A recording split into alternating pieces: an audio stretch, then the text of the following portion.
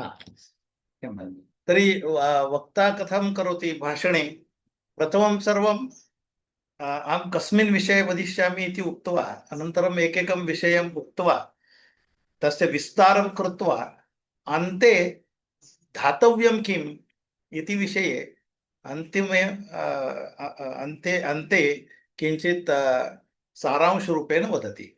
एतावत् सर्वं यत् मया उक्तमस्ति तेन सन्देशः कः, गृहं नेतुं सन्देशः कः इति यथा वदति तथैव गीतायामपि अष्टादशोऽध्यायः तादृशः अस्ति। एतावत् अस्माभिः किं किं दृष्टमस्ति, किं किं मया उक्तमस्ति इति भगवान् अन्ते वदति। तर्हि तस्य विषये अष्टादशोऽध्याये सर्वं किं समापनमस्ति गीतायाः। अतः प्रथमं वयमपि किञ्चित् पुनस्मरणं कुर्मः। गीतायाः प्रारम्भः यदा कदा अभवत्, मध्ये के विषयाः आगताः, अन्ते किम् इति विषये किञ्चित् पश्यामः। तर्हि प्रथमम् अर्जुनस्य विषादः, तदर्थमेव गीतायाः प्रारम्भः। अर्जुनस्य विपरीतं चिन्तनम् आसीत्। किं विपरीतं चिन्तनम्? एतत् धर्म्यं युद्धमस्ति, तथापि अत्र मम पुरतः ये मम सम्बन्धिनः सन्ति, ते गुरुजनाः सन्ति, तेषां हत्या तु कस्यापि करोमि तर्हि तस्य पापं तु भवति। अत्र तु मम तु ज्येष्ठाः सर्वे, तेषामपि हत्यां करोमि तर्हि तस्य परिणामः कीदृशः भयानकः अस्ति इति तस्य मनसि चिन्ता आसीत्। तथा तस्य भयं जातं। तदा एतस्य प्रारम्भः अभवत्। निशा भगिनी अत्र अवधानं भवेत्। तर्हि तस्य पुनः चारुता पुराणिक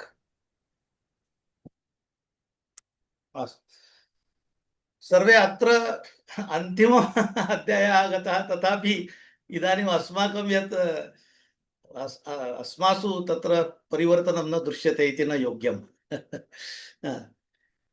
अत्र अवधानं भवेदेव। म्यूट् म्यूट् इति इदानीं कर्तव्यमेव। अस्तु, तर्हि प्रथमं तस्य विषये भगवान् वदति। भवान् द्वितीय अध्याये तस्य प्रारम्भः जातः। द्वितीय अध्याये प्रथमं तु एतत् भवतः चिन्तनम् अयोग्यमस्ति, भवान् यथा चिन्तयति तथा भवान् किमपि न करोति, भवान् केवलं निमित्तम् एव अस्ति। पुनः भगवान् केवलं शरीराणि मारयति, आत्मा तु कदापि न म्रियते इति सर्वम् आत्मतत्त्वज्ञानम् उक्त्वा अनन्तरं तथापि मया किमर्थम् एतत् करणीयम् इति विषयः आगतः। अतः भगवान् वदति एतत् भवतः दायित्वमस्ति, कर्तव्यमस्ति, नियतं कर्म अस्ति, क्षत्रियधर्मः अस्ति। अतः धर्मानुगुणं भवता एतत् कार्यं करणीयमेव। तर्हि पुनः एतत् योग्यं, मम धर्मः अस्ति, यथा आत्मापि न म्रियते, मम एव धर्मः, अतः एतत् सर्वं योग्यं। किन्तु तथापि शरीराणामपि हत्या तु भवति एव। तर्हि हत्या तु भवति मम हस्ते, तर्हि मम कृते तु तस्य किं मम मोक्षप्राप्त्यर्थम् अवरोधः तु भवेत् एव, तस्य कर्मणः फलं तु भवेत्। तदा तस्य विषये कर्मणः पृष्ठतः या बुद्धि समबुद्ध्या यदि केवलं कर्म न कर्मयोगः यदि आचर्यते तर्हि तस्य बन्धनं न भवति इति भगवान् वदति। तर्हि कर्मणः पृष्ठतः बुद्धिः इति महत्त्वपूर्णः। पुनः प्रश्नः आगच्छति, बुद्धिः यदि महत्त्वपूर्णा अस्ति तर्हि कर्म किमर्थं करणीयं? बुद्धिः एव समकृत्वा कर्म करणीयमेव इति तस्य किं निष्कर्षं प्रति न गन्तुं शक्नुमः। अतः तृतीये अध्याये पुनः एतस्य विषये भगवान् स्पष्टीकरोति कि कर्म तु आवश्यकमेव, कर्म न विना कोऽपि जीवितुमपि न शक्नोति, कर्म तु अत्यावश्यकम्।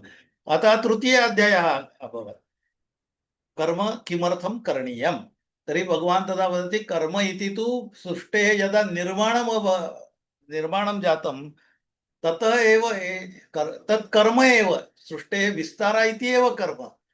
यदि कर्म एव न पूर्णं कर्म त्यजामः तर्हि सृष्टेः विस्तारः एव न भवितुमर्हति, सृष्टिचक्रमेव न भविष्यति। अतः कर्म तु तथा तदेव कर्म एव अस्ति, एतत् सर्वं सृष्टेः विस्तारः इति एव कर्म अस्ति। अतः कर्म तु आचरणीयमेव, प्रत्येकं जनेन कर्म करणीयमेव। अशक्यमेव, कर्मणा विना तु जीवनमपि अशक्यम्।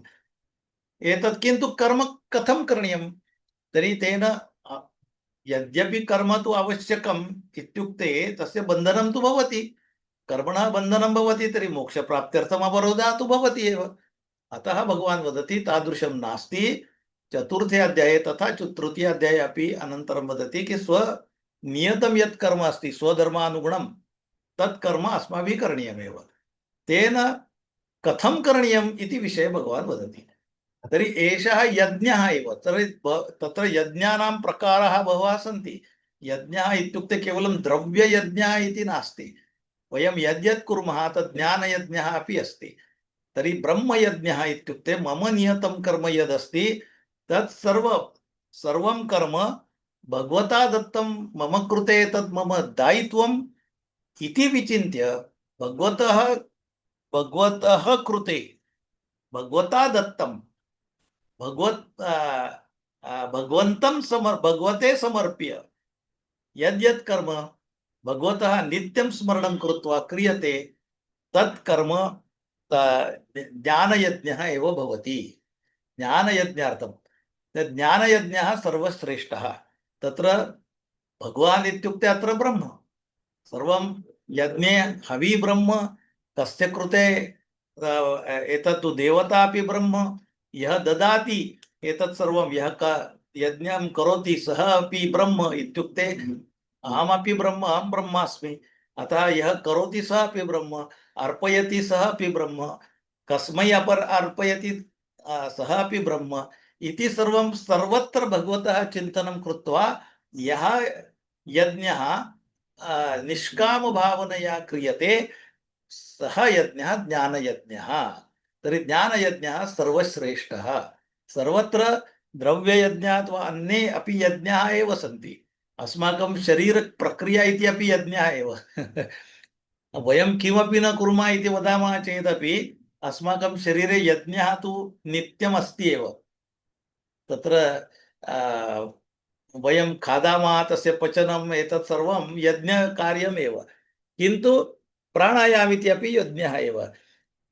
किन्तु एतत् तस्य कृते किमपि फलाशां त्यक्त्वा भगवते समर्प्य कृतं यज्ञः अस्ति तत् ब्रह्मयज्ञः। सः सर्वश्रेष्ठः यज्ञः। तस्य यज्ञार्थं कृतं कर्म यदस्ति तस्य बन्धनं न भवति इति चतुर्थे अध्याये उक्त्वा पुनः ज्ञानयज्ञः सर्वश्रेष्ठः। ज्ञानयज्ञः इत्युक्ते एव ब्रह्मयज्ञः।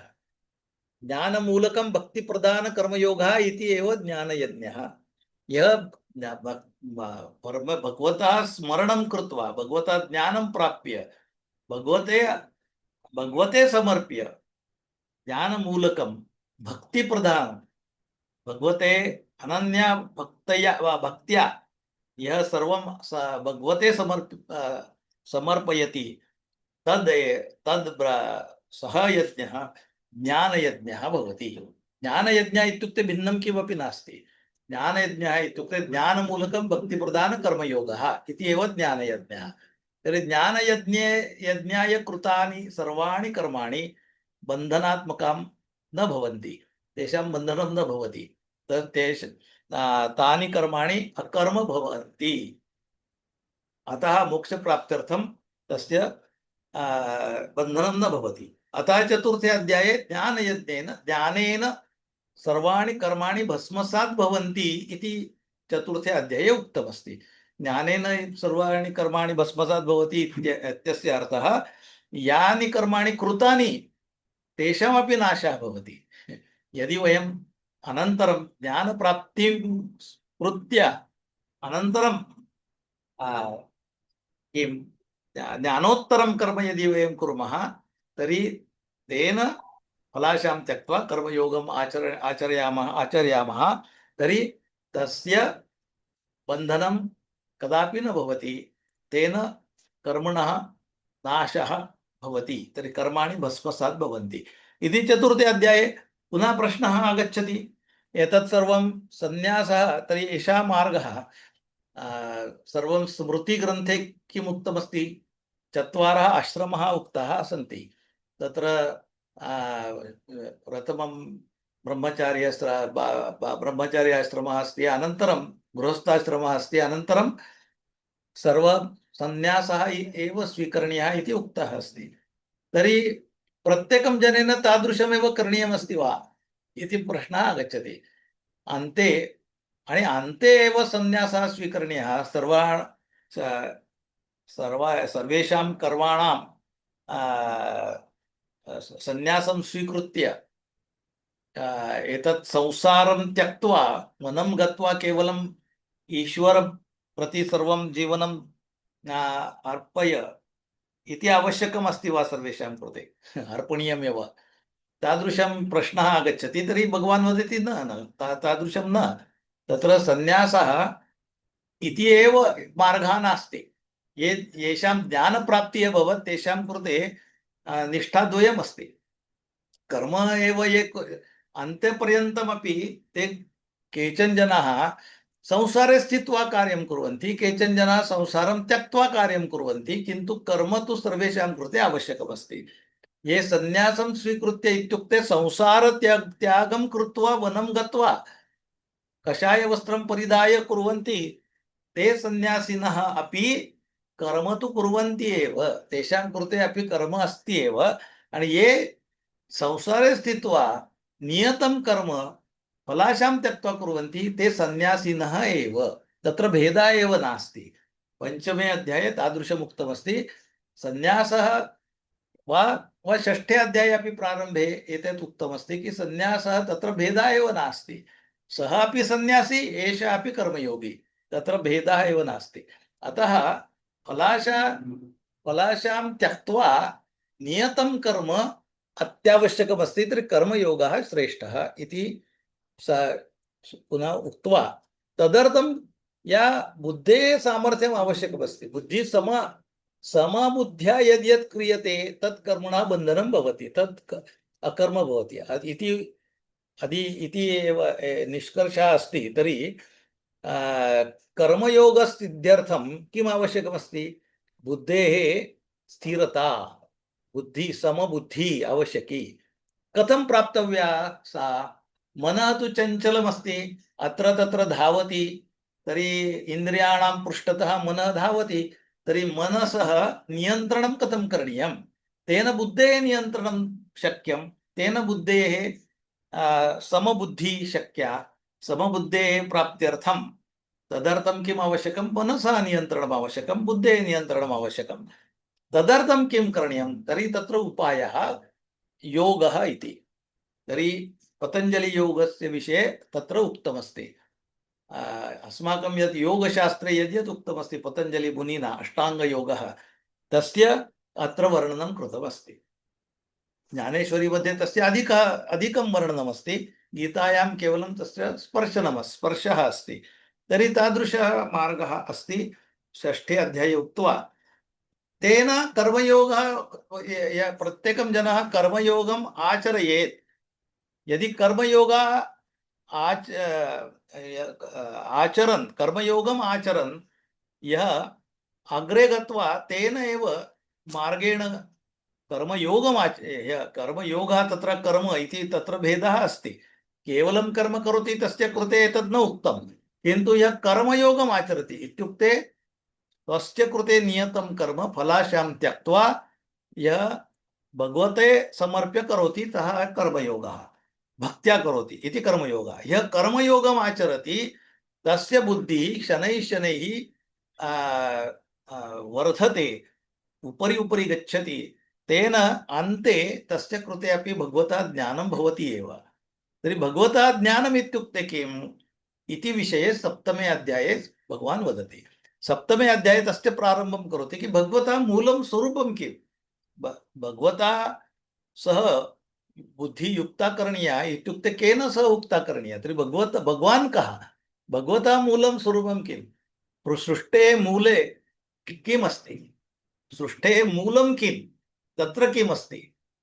कूटस्थः कः तर्हि तस्य विषये पुनः सृष्टेः विस्तारः कथं जातः तस्य विषये सप्तमे अध्याये ज्ञानविज्ञानविषयस्य प्रारम्भं कृतमस्ति भगवता। तर्हि तत्र ज्ञानमित्युक्ते किं विज्ञानमित्युक्ते किम् एतद्विषय एषः विषयः तत्र आगतः। तर्हि ज्ञानमित्युक्ते भगवतः मूलं स्वरूपं तदस्ति परा प्रकृति तथा ततः एव सृष्टेः निर्माणं यथा भवति तदस्ति अपरा प्रकृति। तर्हि अपरा प्रकृति इत्युक्ते विज्ञानं तत्र सृष्टेः यदि प्रथमं तु किमपि नास्ति एकमेव मूलं ब्रह्मतत्त्वमेव पुरुषः वा मूलं ब्रह्मतत्त्वम् एकमेव सर्वत्र समानं न किन्तु ततः एव सृष्टेः निर्माणम् अभवत्। सा तद् निर्माणं प्रकृत्या कृतमस्ति अतः अनन्तरं प्रकृतिः आगच्छति। प्रकृति इत्युक्ते एव माया वा प्रकृतिः। तर्हि एतत् सर्वम् अनन्तरं तत्र एव सर्वम् आगतमस्ति। तस्य विस्तारः कथं तर्हि तत्र सर्वे शास्त्रनियमाः आगच्छन्ति तस्य ज्ञानमस्ति विज्ञानं। विस्तारः कथं जातः विविधता कथम् आगता तस्य ज्ञानम् इति विज्ञानं तस्य इन्फर्मेशन् इति विज्ञानं। तर्हि विज्ञाने एतत् सर्वाणि शास्त्राणि आगच्छन्ति यानि भौतिकशास्त्राणि सन्ति physics chemistry biology medical sciences economics all this sciences सर्वाणि शास्त्राणि तेषां समावेशः विज्ञानमध्ये आगच्छति। तत् सर्वम् अपरा प्रकृतिमध्ये आगच्छति। भगवान् तत् परे अस्ति सा परा प्रकृतिः अस्ति तद् ब्रह्मतत्त्वं मूलं तत्त्वं तस्य विषये एतानि शास्त्राणि अपरा प्रकृतिमध्ये एव सन्ति अतः तेषां मर्यादा अस्ति। ते परा प्रकृति विषये चिन्तनं न कुर्वन्ति बुद्धेः परमस्ति। तर्हि तस्य चिन्तनं कथं शक्यमस्ति भगवतः स्मरणं करणीयं। कस्य स्मरणं करणीयं भगवतः तु अस्माकं तत्तु अचिन्त्यम् अस्ति अवर्णनीयम् अस्ति अक्षयम् अस्ति तर्हि सनातनम् अस्ति। तस्य चिन्तनं कथं शक्यमस्ति चिन्तनमेव नास्ति। चिन्तनं बुद्धिः करोति बुद्धिः तु अपरा प्रकृतिमध्ये अस्ति तर्हि कथं शक्यमस्ति मम शिरसि यदस्ति तद् मम दृष्टि कथं द्रष्टुं शक्नोति दर्पणेन विना दर्पणे दृष्ट्वा अहं द्रष्टुं शक्नोमि मम शिरसि किमस्ति। किन्तु यदि दर्पणः पुरतः नास्ति तर्हि मम दृष्टिः अत्र किमस्ति कथं द्रष्टुं शक्नोति तद् बहिः अस्ति। अतः प्रकोष्ठस्य बहिः यदस्ति प्रकोष्ठस्य सर्वं वयं द्वाराणि पिधानं कृत्वा सर्वाणि द्वाराणां पिधानं कृत्वा वातायनानाम् अपि पिधानं कृत्वा तिष्ठामः प्रकोष्ठे तर्हि बहिः किमस्ति तस्य दर्शनं कथं शक्यं चिन्तनमपि कथं शक्यं न शक्यम्। अतः बुद्धेः पर अस्ति। तदर्थं किं तदर्थं श्रद्धा आवश्यकी भक्ति आवश्यकी। भगवान् माया अहं द्रष्टुं न शक्नोमि भगवन्तम् एतस्य अर्थः एषः नास्ति भगवान् नास्ति इति अहं द्रष्टुं न शक्नोमि मम बुद्धेः सामर्थ्यं नास्ति तादृशं किन्तु भगवान् तु तत्र अस्ति इति विश्वासः महत्त्वपूर्णः। तदर्थं किं प्रतीकरूपेण किमपि तु वयं स्वीकुर्मः सः तस्य विषये भक्तिं कुर्मः सः विषयः अस्ति भक्तिविषयः। भक्ति इत्युक्ते किमपि तु भगवतः स्वरूपं सगुणरूपं स्वीकृत्य चिन्तनस्य कृते निर्गुणरूपम् अशक्यम् अतः सगुणरूपं स्वीकृत्य मंदिरे तस्य स्थापनां कृत्वा तस्य चिन्तनं भजनं यदि वयं कुर्मः सा अस्ति भक्तिः। तर्हि तेन किम् अस्ति भगवतः प्रतीकं नित्यम् अस्माकं पुरतः भवेत् प्रतिक्षणं भवेत्। यद्यद् वयं कुर्मः तत् सर्वं यदा वयं कुर्वन् स्मः तदा एव भगवान् एव अस्माकं पुरतः भवेत् चिन्तने भवेत् इति विषयः आगत्य भक्तिविषयः। तर्हि ज्ञानमूलकं भक्तिप्रधान इति विषयः आगतः। तेन किं करणीयं पुनः कर्मयोगः आचरणीयः इति पुनः पुनः विषयः आगच्छति। तर्हि एतत् सर्वं भक्तिविषये सगुणरूपस्य विषये नवम अध्यायतः द्वादश अध्यायपर्यन्तं सर्वं पुनः भक्तिविषये उक्तमस्ति। तत्र पुनः किमपि सगुणरूपस्य विषये चिन्तनम् आगतम् अतः सगुणरूपं कुत्र कुत्र द्रष्टव्यं तदा विभूतियोगः इति दशमः अध्यायः आगतः।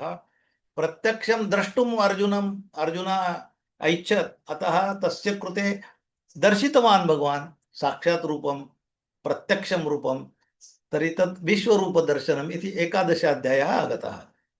एतत् सर्वं भूत्वा पुनः अर्जुनस्य प्रश्नः, तर्हि 9 अध्यायतः 12 अध्यायपर्यन्तं सर्वं प्रथमं 7 अध्यायतः 7मे 8मे अध्याये ज्ञानविज्ञानविषये उक्त्वा सृष्टेः निर्माणं कथं, कदा भवति, कदा नष्टा भवति, पुनः मूलं ब्रह्मतत्त्वं, कल्पक्षये कल्पादौ किं भवति, कल्पक्षये किं भवति, एतत् सर्वम् उक्त्वा अन्तकाले भगवन्तं स्मरणं कथं करणीयं, तेन मोक्षप्राप्तिः कथं भवति इति 7मे 8मे अध्याये उक्त्वा नवम अध्यायतः 12 अध्यायपर्यन्तं भक्तिविषये किञ्चित् अधिकम् उक्तमस्ति।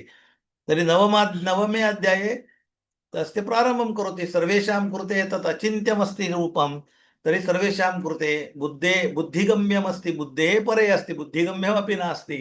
तर्हि तस्य चिन्तनार्थं सगुणरूपस्य पूजा इति एकः सुलभः मार्गः सर्वेषां कृते अस्ति, सर्वेषां कृते उपलब्धः अस्ति। तर्हि एषः उत्तमः मार्गः, भक्तिमार्गः इति विषये नवमे अध्याये भगवान् अस्ति, वैद्यः। सर्वेषां कृते तस्य समीपे समाधानम् अस्ति। कोऽपि किमपि वदति मम कृते तु न शक्यं, तर्हि भगवतः स्वरूपं ज्ञातुं भगवान् वदति चिन्ता मास्तु, अहं भवतः कृते अपि दास्यामि किमपि तु। भगवान् सर्वेषां कृते ददाति, अतः तेषां कृते अपि भक्तिमार्गः दत्तः अस्ति भगवता। तर्हि सगुणरूपस्य चिन्तनं। पुनः प्रश्नः आगच्छति, भगवान् तु सर्वेषां कृते एतत्तु दत्तवान्, मान्यं, किन्तु तर्हि श्रेष्ठं किमस्ति?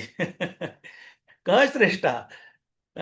यः निर्गुणरूपस्य एव चिन्तनं कृत्वा भजनं कीर्तनं करोति, चिन्तनं करोति, पूजनं करोति, सः श्रेष्ठः वा? भगवान् तु सर्वेषां कृते किम् उपायनरूपेण भक्तिमार्गं दत्तवान् इति भगवानेव नवमे अध्याये उक्तवान्। तर्हि पुनः प्रश्नः आगच्छति, मम बुद्धिसामर्थ्यमस्ति, अतः मया केन मार्गेण गन्तव्यं? तर्हि कः श्रेष्ठः? यः बुद्धिमार्गेण गच्छति, इत्युक्ते निर्गुणस्य पूजनं करोति, सः श्रेष्ठः अस्ति वा यः सामान्यः अस्ति, सामान्यमार्गेण गच्छति भक्तिमार्गेण, तर्हि कः श्रेष्ठः? तदा भगवान् स्पष्टतया वदति, तत्र श्रेष्ठता आदि किमपि नास्ति। यथा संस्कृतभारती मध्ये किं वरीयता नास्ति, कोऽपि श्रेष्ठः कोऽपि कनिष्ठः इति नास्ति, सर्वे कार्यकर्तारः समानः। तथैव अत्रापि सर्वे भक्ताः समानः। ये निर्गुणस्य भक्तिं कुर्वन्ति ते अपि तथा, ये सगुणस्य भक्तिं कुर्वन्ति ते अपि सर्वे समानः। तत्र कोऽपि भेदः नास्ति। सर्वेषां कृते यत् पुण्यम् अस्ति तत् सर्वं समानमेव अस्ति। मोक्षप्राप्त्यर्थं द्वयमपि योग्यमेव, तत्र भेदः नास्ति। किन्तु यदा स्वयं भवान् प्रश्नं करोति, कस्यचित् तु किमपि तु 19-20 वदन्ति हिंदी मध्ये, थोडंफार कमी जास्ती असं सांगायचं असेल तर मी नक्की सांगेन की तत्र भक्तियोगः किंचित उपरि अस्ति। किमर्थं भक्तियोगः उत्तमः? किमर्थं वा सगुणस्य पूजा किमर्थं योग्या? एषः मार्गः सुलभः अस्ति, कंटकितं नास्ति। अत्र एषः सुलभः मार्गः, तत्र संसारत्यागः न आवश्यकः, किमपि न आवश्यकम्। एतत् सर्वं यद् नियतं कर्म अस्ति तत् केवलं करणीयमस्ति। अत्र फलाशां त्यक्त्वा एतत् सर्वमस्ति। अशः मार्गः सुलभः, सर्वेषां कृते उपलब्धः, सर्वेषां कृते सुलभः। सः मार्गः अपि ज्ञानमार्गः कण्टकमिश्रितः अस्ति, कण्टङ्कितः अस्ति। अतः तत्र किञ्चित् क्लेशः अस्ति, अतः एषः मार्गः उत्तमः इति 12 अध्याये उक्त्वा पुनः अत्र यः भक्तः अस्ति तस्य लक्षणानि कानि, कथं ज्ञायते एषः भक्तः इति? अतः तस्य भक्तस्य वर्णनं कृतमस्ति। तस्य स्वभावः यत्र उक्तः अस्ति भक्तस्य पुरा उक्तमस्ति स्थितप्रज्ञस्य, पुनः मध्ये एव ज्ञानी अस्ति तस्य वर्णनमस्ति त्रयोदशे अध्याये वा सर्वत्र। तर्हि अत्र भेदः एव नास्ति। वयं यदि लक्षणानि पश्यामः समानानि एव सन्ति। यत् स्थितप्रज्ञा अस्ति तस्य लक्षणानि अपि समानानि। निर्द्वन्द्वः किमस्ति तत्र सर्वं समाधानी, निर्द्वन्द्वः, सर्वत्र निर्लेपः, तस्य लेपः नास्ति कुत्रचित् इति सर्वं तत्र वर्णनं यत् एतस्य अस्ति स्थितप्रज्ञस्य, तथैव वर्णनमस्ति भक्तस्य 12 अध्याये। तथैव वर्णनमस्ति मध्ये मध्ये तृतीये 13 अध्याये, 14 अध्याये अपि यः त्रिगुणातीतः अस्ति 14 अध्याये तस्य वर्णनं समानमेव अस्ति। अतः वयं ज्ञातुं शक्नुमः तत्र भेदः एव नास्ति कर्मयोगी मध्ये वा ज्ञानयोगी मध्ये, सन्यासी मध्ये इति एव उक्तमस्ति। अस्तु, तर्हि 12 अध्याये एतत् सर्वम् उक्त्वा 13 अध्याये पुनः तदेव ज्ञानविज्ञानविषये विस्तारः कृतः अस्ति। 7मे अध्याये यस्य प्रारम्भः जातः ज्ञानमार्गस्य तस्य एव विस्तारः 13 अध्याये कृतः अस्ति। 13 अध्याये किम् उक्तमस्ति? एतावत् यद्यत् सर्वं क्षराक्षरविचारः कृतः अस्ति, इत्युक्ते निर्जीवसृष्टिमध्ये प्रत्येकं यत् सृष्टिमध्ये यानि वस्तूनि वयं पश्यामः, यं वयं पश्यामः स्थावरं जङ्गमं, तस्य मूले किमस्ति? तत्र मूलतत्त्वम् एकमेव। इलेक्ट्रान् प्रोटान् न्यूट्रान् इति यत् मूलं तत्त्वं तदेव ब्रह्मतत्त्वमेव अस्ति इति यत् क्षराक्षरविचारे उक्तमस्ति, सः एव विचारः, तदेव तत्त्वम् अत्रापि सजीवसृष्टिमध्ये अपि अस्ति। एतद् वक्तुम् अत्र क्षेत्रज्ञ विभागः विचारः इति अत्र 13 अध्याये उक्तः अस्ति।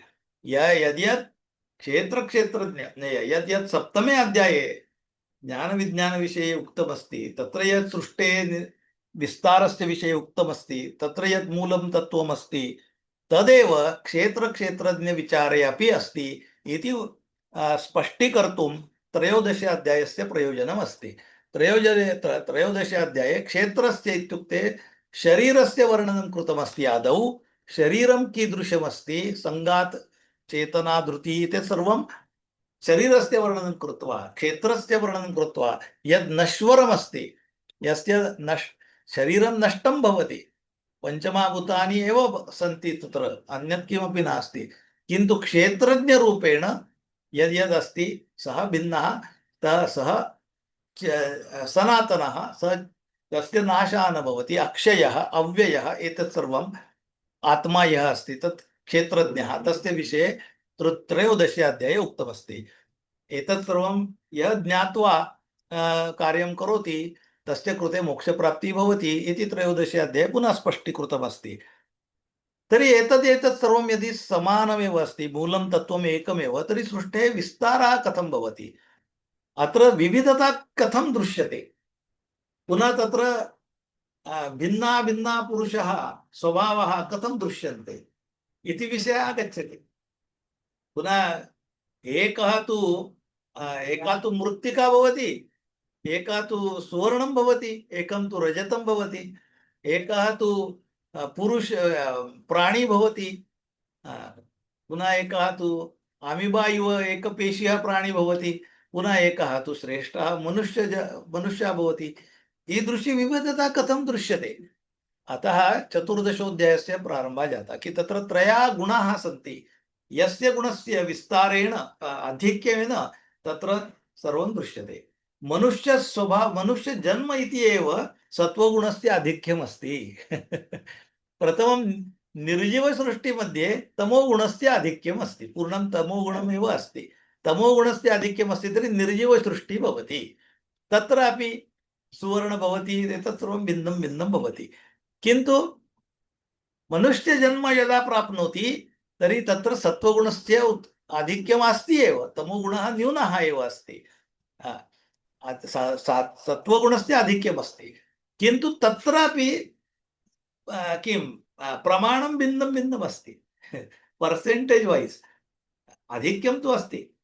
60% सत्त्वगुणः अस्ति, किन्तु पुनः केषाञ्चित् केषुचित् जनेषु 70%, केषुचित् जनेषु 80%, 90%, अन्यत्र सर्वं सत्त्वस्य एव आधिक्यम्।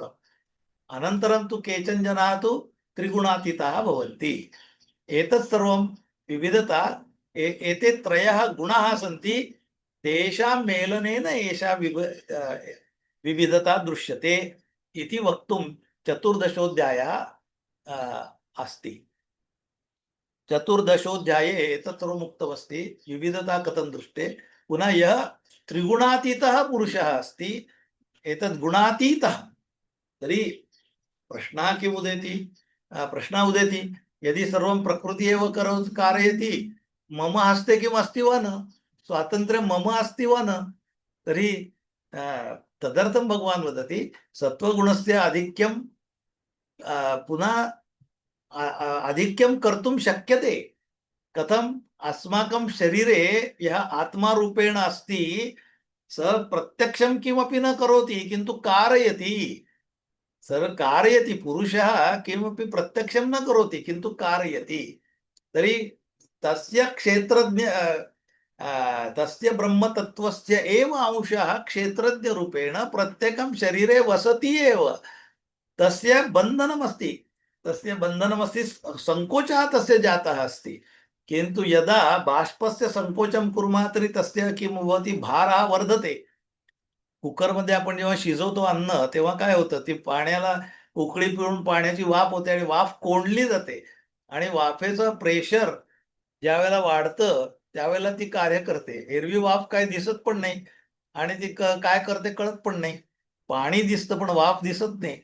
वाफ दिसत नाही त्याचं काहीच हे नसतं, पण त्याचं मग जाणवतं कधी? जेव्हा प्रेशर खूप वाढतं.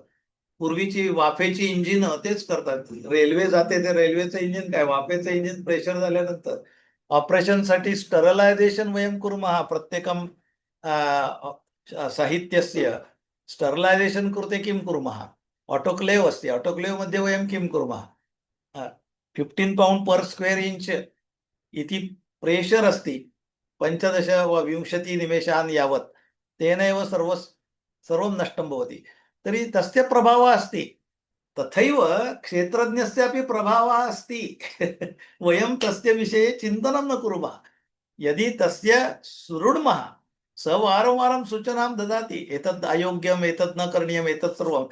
तस्य यदि वयं चिन्तनं स्मरणे पश्यामः तर्हि तेन एतत् सत्त्वगुणस्य आधिक्यं शक्यमस्ति। अतः अतः षष्ठे अध्याये उक्तमस्ति, उद्धरेदात्मनात्मानं नात्मानम् अवसादयेत्, आत्मैव यात्मनो बन्धुर् आत्मैव रिपुरात्मनः। स्वस्य उद्धारः स्वेन एव करणीयः, कोऽपि अन्यः न आगच्छति इति स्पष्टतया उक्तमस्ति। स्वस्य उद्धारार्थं स्वस्य एव स्व एव स्वस्य मित्रं भवितुम् अर्हति, स्व एव स्वस्य शत्रुः अपि भवितुम् अर्हति।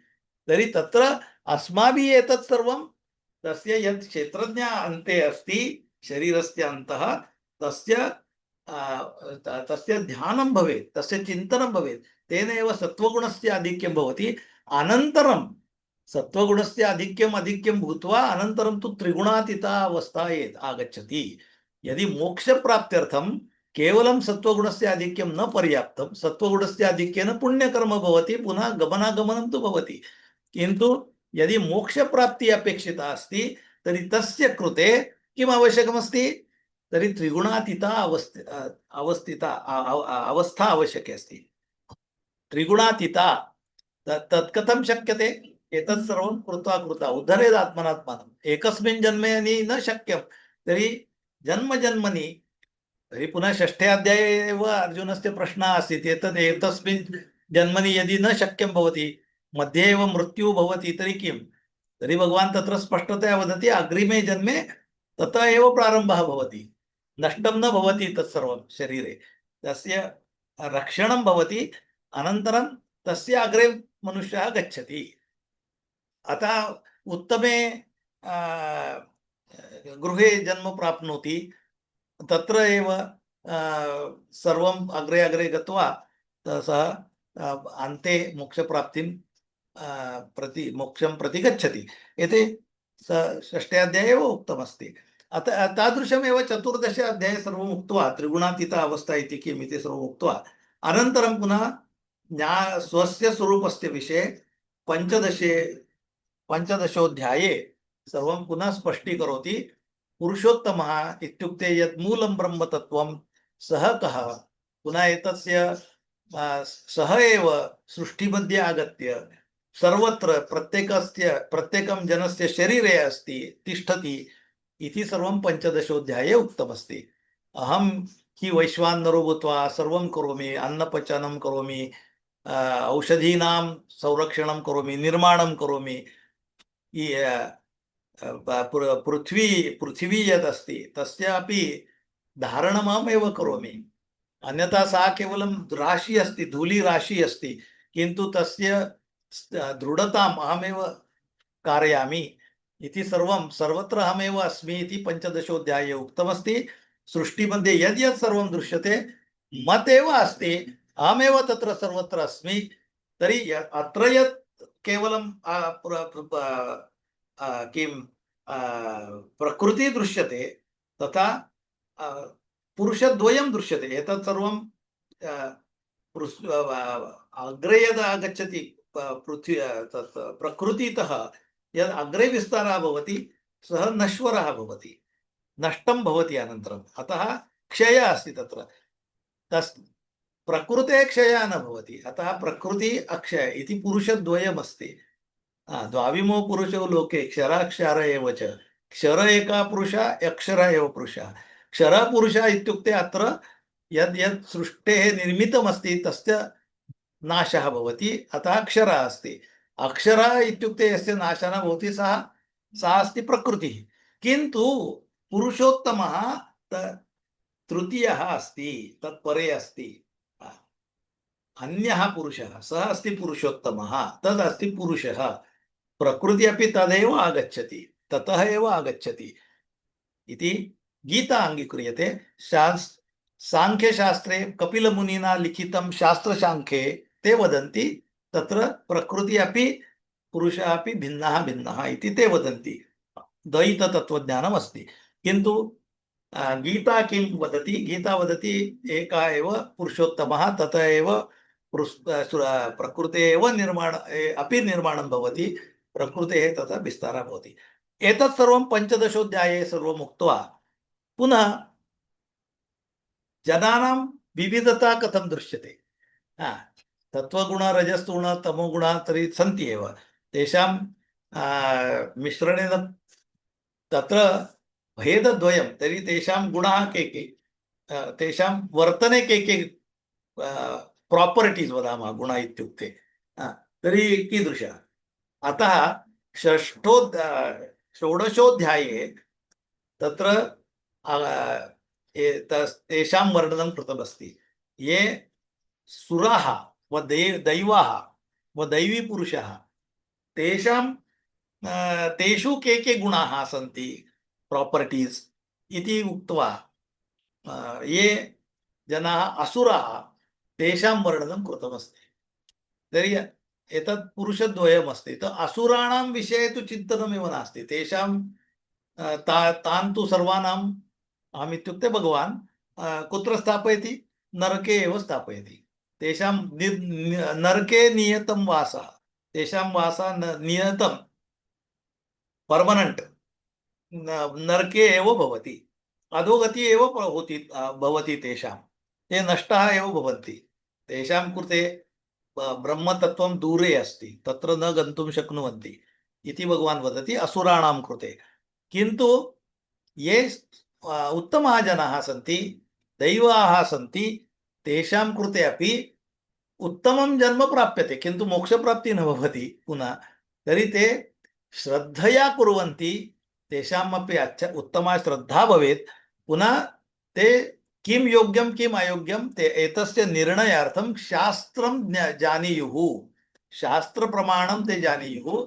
शास्त्रे यद्यत् उक्तमस्ति किं योग्यम् अयोग्यं तदनुगुणं ये स्वस्य वर्तनं कुर्वन्ति तेषां कृते मोक्षप्राप्तिः भवितुमर्हति। तत्र मोक्षप्राप्त्यर्थम् अवरोधः कुत्र कुत्र अस्ति? नरक इति अवरोधः। नरकस्य द्वारं किं किम् अस्ति? अभिलाषा प्रथमं। काम इत्युक्ते अभिलाषा, इच्छा, कामना। तर्हि कामपूर्ति न भवति तर्हि क्रोधः, लोभः, काम क्रोध लोभः इति नरकस्य द्वारत्रयमस्ति। तेन एव जनाः नरके प्रवेशं कुर्वन्ति। तर्हि तस्य यदि नियन्त्रणं कर्तुं शक्यते तर्हि नरके निवासः न भवति, मोक्षप्राप्त्यर्थं तस्य लाभः भवति। अतः एतत् सर्वं त्यजेत्। पुनः केवलं कामक्रोध तथा लोभस्य उपरि नियन्त्रणं न पर्याप्तं, तत् कृत्वा श्रद्धया किम् एतत् सर्वं शास्त्रम् अनुसृत्य कार्यं करणीयं, तेन मोक्षप्राप्तिः शक्या अस्ति इति उक्त्वा पुनः प्रश्नः आगच्छति। तथा एकैकं विषयं भगवान् वदति तर्हि तत्र पुनः नूतनः प्रश्नः उपस्थितः भवति। अत्र नूतनः प्रश्नः कः?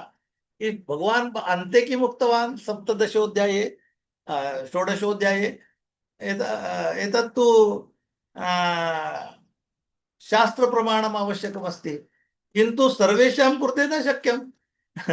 शास्त्रं यः कोऽपि न जानाति, किन्तु तस्य श्रद्धा अस्ति। श्रद्धया स असुरीजनाः ये सन्ति अश्रद्धा, तेषां तु विषयः गतः, ते तु नरके नित्यमेव भवन्ति। इदानीं द्वितीयाः ये सन्ति उत्तमाः जनाः, किन्तु ते शास्त्रं न जानन्ति, किन्तु श्रद्धया कुर्वन्ति, तर्हि तेषां गतिः का इति प्रश्नः आगच्छति। तदा भगवान् वदति ते श्रद्धया कुर्वन्ति इति योग्यं, शास्त्रं प्रमाणं न जानीयुः, चिन्ता नास्ति, श्रद्धया कुर्वन्ति। श्रद्धा तु प्रत्येकं जनस्य अस्ति एव, श्रद्धया विना कोऽपि मनुष्यः नास्ति, कुत्रचित् श्रद्धा तु अस्ति एव, श्रद्धामयः एषः पुरुषः। किन्तु श्रद्धा कुत्र अस्ति, कीदृशी अस्ति? तत्र श्रद्धायाः अपि त्रयः प्रकाराः भगवान् वदति। प्रकाराः कथं सन्ति इति विषये भगवान् वदति। तर्हि ते प्रकाराः के? तर्हि पुनः यथा तत्र सत्त्वरजतम इति गुणाः सन्ति, तेषाम् आधिक्येन सात्विकी श्रद्धा भवति, राजसी श्रद्धा भवति, तामसी श्रद्धा भवति। ये आततायिनः सन्ति, ये पाकिस्तानी जनाः सन्ति, तेषामपि श्रद्धा अस्ति एव, किन्तु सा श्रद्धा तामसी अस्ति। लादेन महोदयस्य अपि श्रद्धा अस्ति, किन्तु सा श्रद्धा तामसी अस्ति, तेषां गतिः तामसी गतिः भवति। अतः श्रद्धा अपि सात्विकी भवेत्। सात्विकी श्रद्धा अस्ति, सात्विक्या श्रद्धया यः कोऽपि करोति तस्य फलम् उत्तममेव भवति। सः शास्त्रं जानाति वा न जानाति इति न महत्त्वपूर्णं। पत्रं पुष्पं फलं तोयं यः मां भक्त्या ददाति तस्य योगक्षेम निर्वाणम् अहमेव करोमि इति सप्तमे अध्याये एव नवमे अध्याये एव उक्तमस्ति भगवता। तर्हि किन्तु तस्य श्रद्धा सात्विकी श्रद्धा भवेत् इति महत्त्वपूर्णं। ते देवान् पूजयेयुः, तेन पुनः अनन्तरं निष्कामकर्मयोगं करिष्यन्ति, तदा मोक्षप्राप्तिः तेषां कृते शक्या अस्ति, चिन्ता नास्ति। शास्त्रम् अत्यावश्यकम् इति न, शास्त्रं प्रमाणं तु भवति एव अनन्तरं। तेन शास्त्र येषां श्रद्धा सात्विकी अस्ति ते प्रत्यक्षं यलाशास्त्रं म्हणतात का इति न जानन्ति, तथापि ते शास्त्रानुगुणमेव तेषां वर्तनं भवति एव।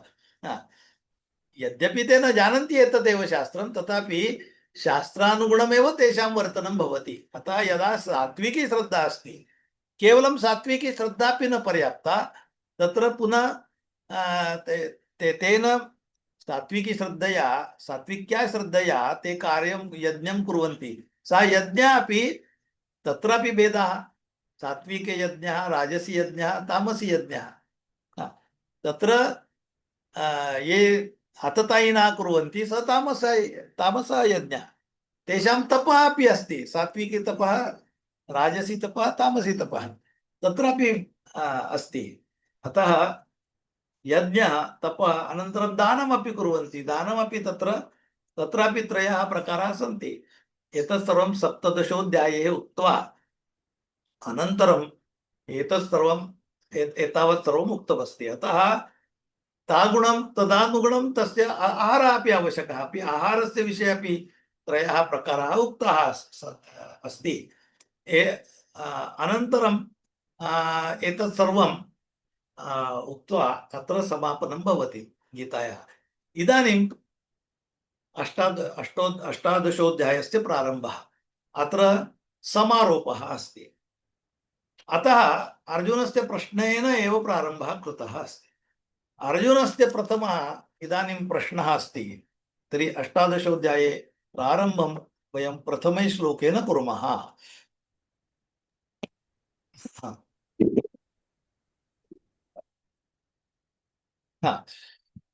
सन्न्यासस्य महाबाहो तत्त्वमिच्छामि वेदितुं, त्यागस्य च ऋषिकेश पृथक् केशिनिषूदन।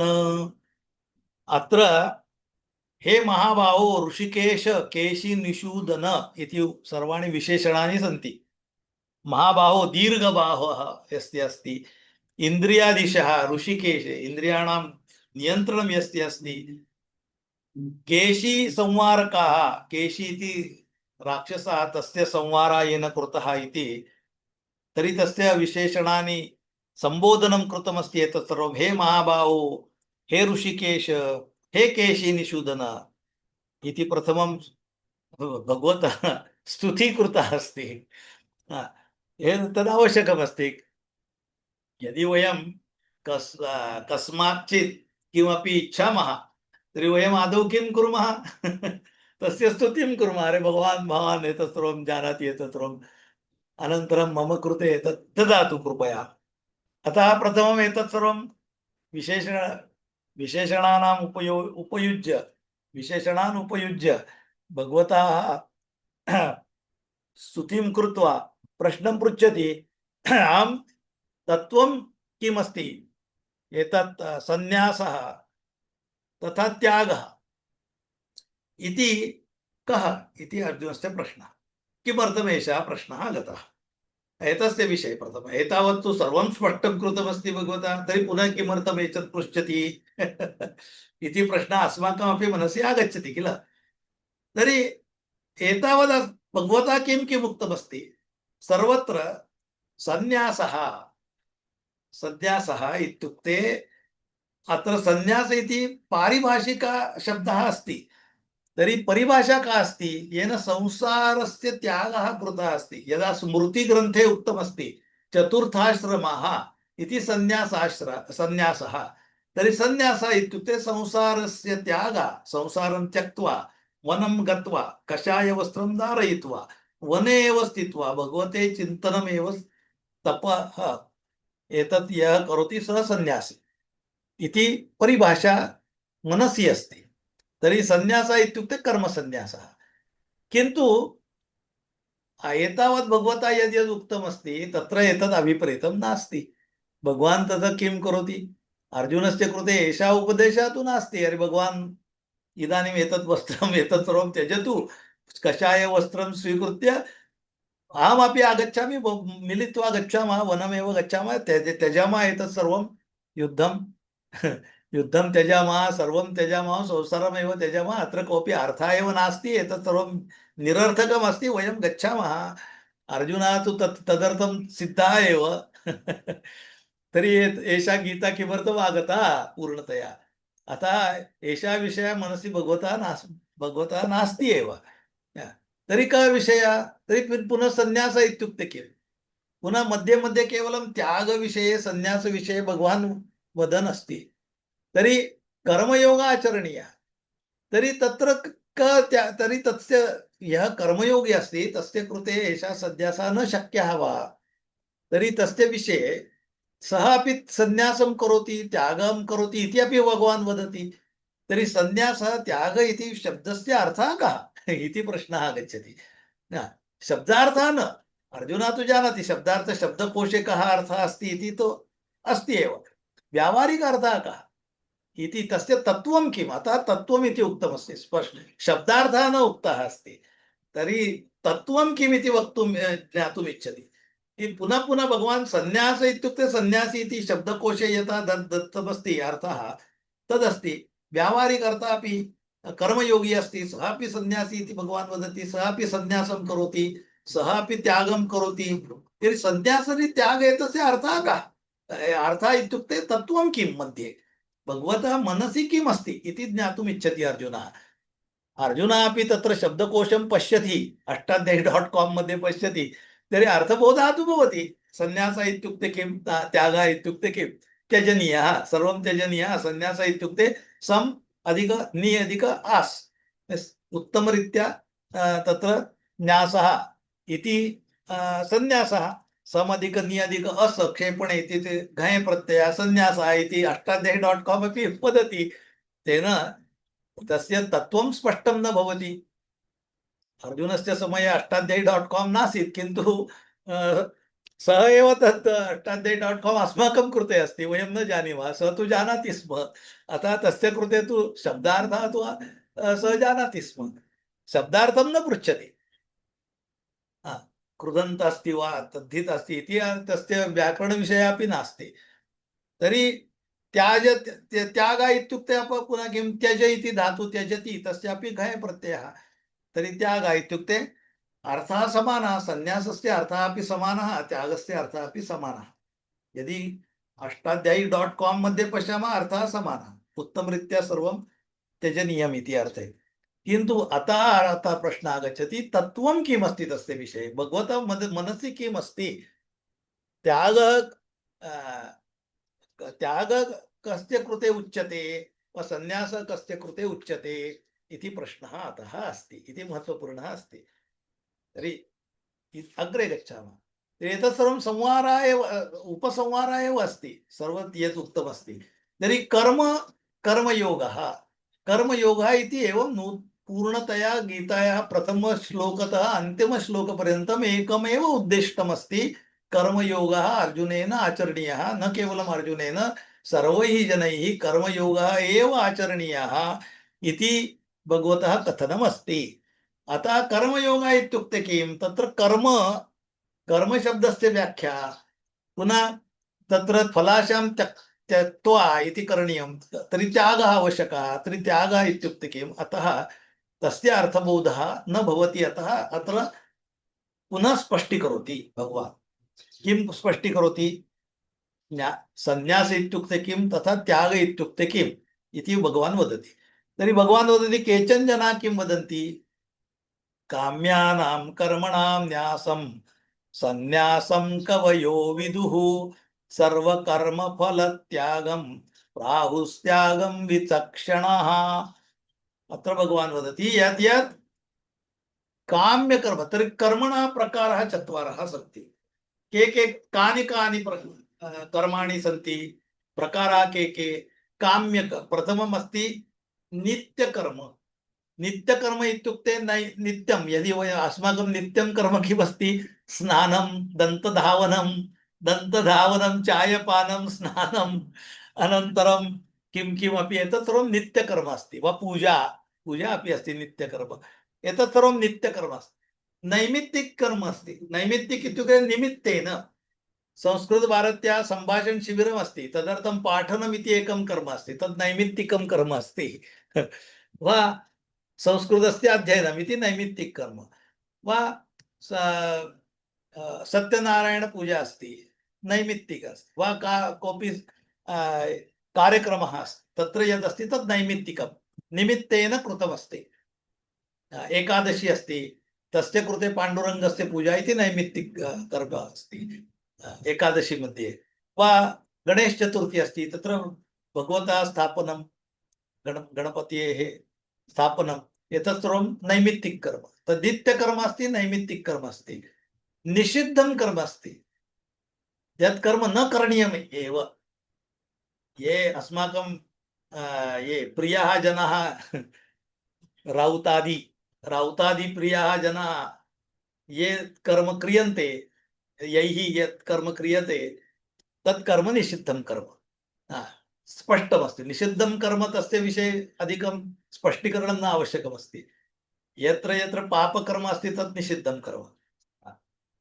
स्वार्थे यत् या हत्या क्रियते तद् निषिद्धं कर्म तत्तु त्यजनीयमेव तस्य विषये कोऽपि चिन्तनमेव नास्ति असुराः जनाः यत् कर्म कुर्वन्ति तत्तु त्यजनीयमेव तस्य विषये चिन्तनं नास्ति नित्यं न कर्म करणीयं वा नैमित्तिकं कर्म करणीयं वा काम्यकर्म चतुर्थः अस्ति काम्यकर्म काम्यकर्म इत्युक्ते मम कृते अमेरिका देशस्य विसा आवश्यक अस्ति अतः विसा बालाजी कृते पूजनं प्रदक्षिणा तत् काम्यकर्म अस्ति पितृकामेष्टि यज्ञः पुत्रप्राप्त्यर्थं कृतः यज्ञः वा तादृशः वृष्टेः कारणात् कृतः यज्ञः किमपि तु आवश्यकम् अतः नवस यदा वदामः मराठीमध्ये ज्याला नवस म्हणतो ते नवस इति काम्यकर्म अस्ति मम कृते पदोन्नति भवेत् मम कृते वेतनवृद्धिः भवेत् तदर्थं या पूजा क्रियते सा तत्कर्म अस्ति काम्यकर्म काम्यकर्म तु स्पष्टमस्ति तर्हि भगवान् अत्र किं वदति काम्यानां भगवान् इत्युक्ते भगवान् वदति विदुः के कवयः विदुः इति भगवान् वदति म्हणजे मी भगवतः मतं न वदति एतावत् प्रथमं भगवतः मतं किमस्ति अग्रे निश्चितं मतं भगवान् वदति किन्तु इदानीं प्रथमं भगवान् वदति ये ज्ञानिनः सन्ति ते किं वदन्ति ते किं विदुः कवयः इत्युक्ते ये ज्ञानिनः कवयः किं वदन्ति कवि इत्युक्ते वयं मराठीमध्ये यदा यः कवितां लिखति सः एव कवि न कवि इत्युक्ते बुद्धिमान् यस्य प्रज्ञा उत्तमा अस्ति सः कवि तर्हि कवि इति शब्दस्य अर्थः भिन्नः पण्डितः इत्युक्ते ये पण्डिताः किं वदन्ति विदुः इत्युक्ते किं वदन्ति तर्हि ते वदन्ति काम्यानां कर्मणां न्यासं न्यास इत्युक्ते त्यागः परित्यागः काम्यानां काम्यकर्माणां परित्यागः इति सन्न्यासः इति ते वदन्ति सन्न्यास इत्युक्ते तेषां परिभाषा का अस्ति पण्डितानां काम्यानां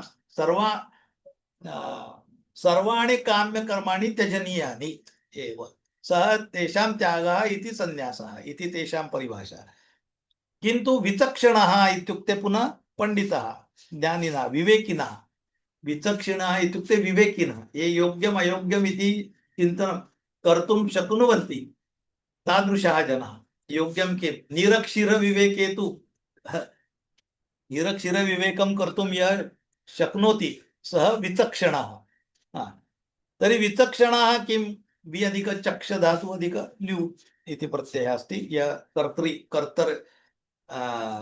कर्तरि ल्यु प्रत्ययः अस्ति तत्र तर्हि ये विचक्षणाः ते वदन्ति ते प्राहुः ते सर्वकर्मफलत्यागं त्याग इति ते वदन्ति ते काम्यानां कर्मणां न्यासम् इति न वदन्ति ते वदन्ति कर्मफलत्यागः इति सन्न्यासः कर्म तु करणीयं किन्तु तस्य फलत्यागः ये कुर्वन्ति ते अपि सन्न्यासं त्यागमेव कुर्वन्ति इति विचक्षणाः वदन्ति तर्हि प्रथमं किं काम्यानां कर्मणां न्यासम् इति सन्न्यासः इति केचन जनाः वदन्ति सर्वकर्मफलत्यागः इति वदन्ति पुनः केचन जनाः किं वदन्ति त्याज्यं दोषवदित्येके कर्म प्राहुर्मनीषिणः यज्ञदानतपः कर्म न त्याज्यमिति चापरे तत्र भेदाः सन्ति केचन जनाः वदन्ति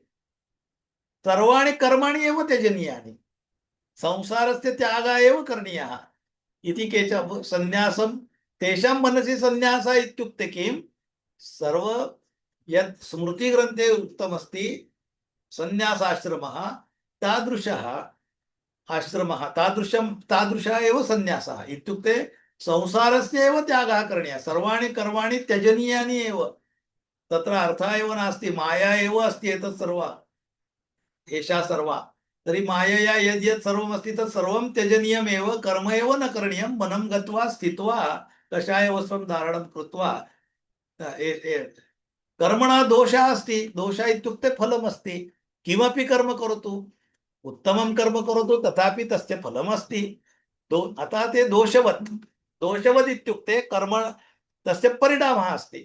दोषः अस्ति इत्युक्ते सर्वाणि कर्माणि दोषवत् सन्ति इत्युक्ते तत्र दोष बतु प्रत्यय दोषेण युक्ताः सर्वाणि कर्माणि दोषेण युक्तानि सन्ति दोषवत् सन्ति इति अर्थः किं तेषां बन्धनं भवति। दोषः इत्युक्ते तेषां बन्धनं भवति। कर्म उत्तममस्ति तर्हि बन्धनं अयोग्यमस्ति तर्हि बन्धनं तर्हि ते कर्माणां त्यागः एव करणीयः कर्मसन्न्यासः इति केचन जनाः वदन्ति। विपरीतं केचन जनाः वदन्ति चापरे अपरे अपरे इत्युक्ते अन्ये च किं वदन्ति यज्ञदानतपः एतत् करणीयं न त्याज्यम् एतत् करणीयमेव इति केचन जनाः वदन्ति। तर्हि किं स्वीकरणीयम् इति प्रश्नः आगच्छति। तर्हि केचन जनाः किं वदन्ति काम्यानां कर्मणां न्यासः इति एव सन्न्यासः इति केचन जनाः वदन्ति काम्यानां कर्मणां न्यासः तादृशं काम्यकर्म न करणीयं। केचन जनाः वदन्ति काम्यकर्म तु शक्यते किन्तु काम्यकर्म अपि अस्ति तदा कामनायाः त्यागः करणीयः फलत्यागः करणीयः फलाशा त्यक्तव्या कर्मफलत्यागः इति केचन जनाः वदन्ति।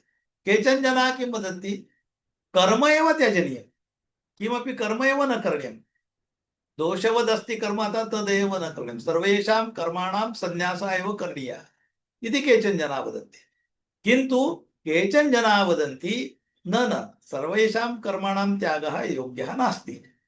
यज्ञदान तप कर्म एतत् यज्ञ तथा दान तथा तप एतत् कर्म तु करणीयमेव इति केचन जनाः वदन्ति। तेषां त्यागः न करणीयः इति केचन जनाः वदन्ति।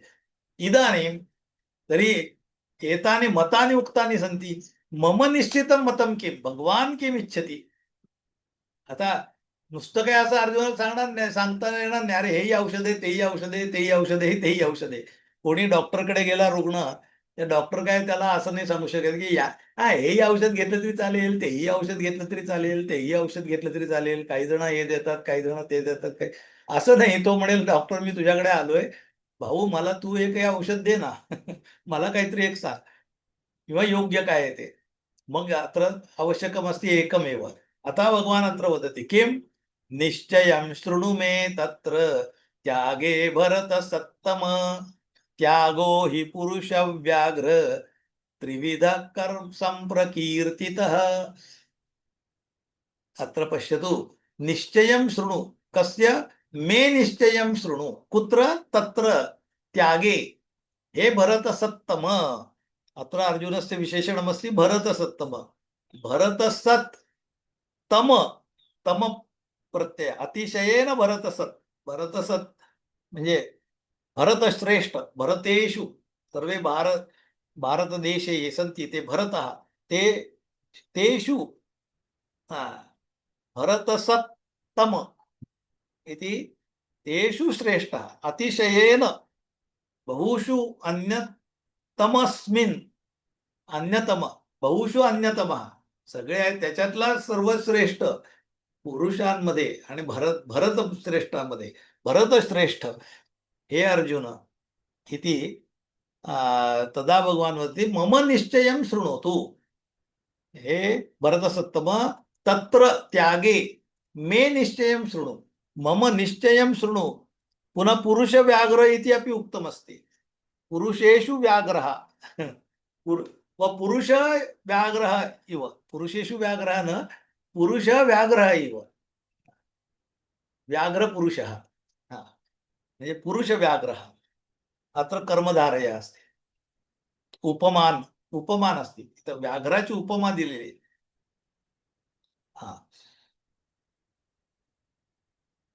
व्याघ्राची उपमा तरी पुरुष व्याघ्रः ही उपमा वाघासारखा तू पुरुष आहेस पुरुष श्रेष्ठ आहेस भरत श्रेष्ठ आहेस असं आधी त्याला अर्जुनाला पण त्यांनी सांगितलं म्हणजे तुला समजायला काय अवघड नाही मी काय सांगतोय ते तू तर सगळ्यात श्रेष्ठ आहेस असं म्हणून आधी त्याला सांगायला सुरुवात केली।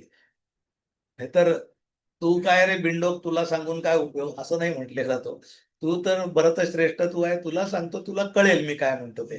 तर आता मम निश्चयं शृणु त्यागे हे भरत सत्तम त्याग अपि त्रिविधः अस्ति। संप्रकीर्तितः संप्रकीर्तितः इत्युक्ते सम् अधिक प्र अधिक कृ अत्र कृ इति करोति इति धातु भिन्ना अस्ति अत्र विक्षेपे कृ किरति अत्र म्हणजे पसरणे इति अर्थे अस्ति।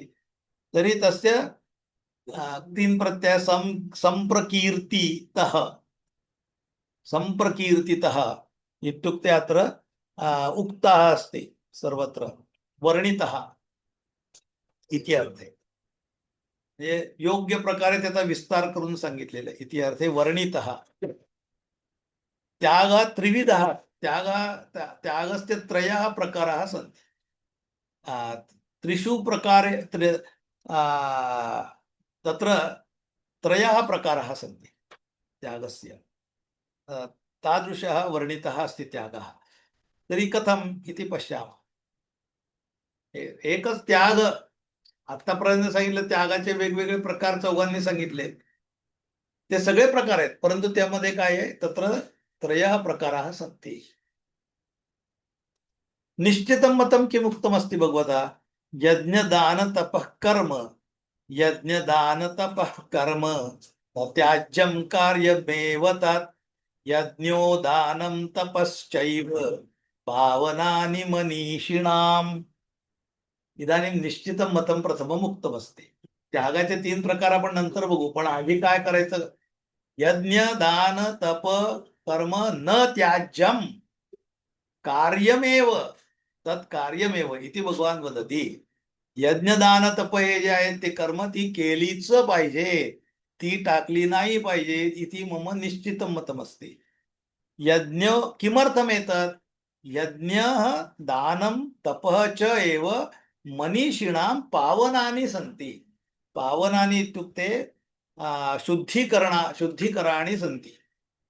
तत्र पू इति धातु अस्ति तस्य नीच प्रत्यय म्हणजे पवित्र करणारे असतात मनुष्यांना पवित्र करणारे असतात यज्ञ दान तप म्हणून ते केलेच पाहिजे ते त्यागले नाही पाहिजेत त्याचा त्याग नाही केला पाहिजे। यज्ञ दानं तप च इति एतत् कर्मत्रयं न सर्वथा वर्जनीयम् तद अवश्यम कर्तव्यम यतः तत्त्रिविधं कर्म मनीषिणां शुद्धिकरम अस्ति। शुद्धिं कुर्वन्ति एक निमिषम्।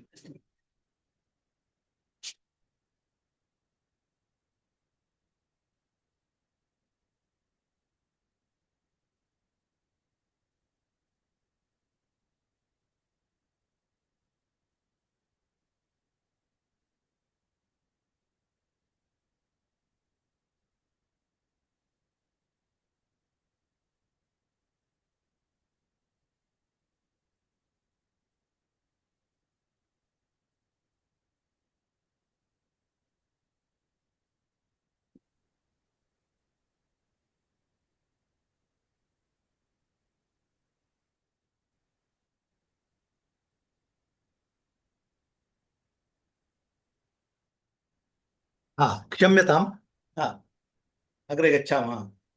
एतत् सर्वं करणीयमेव किमर्थं मध्ये अग्रे पश्यामः।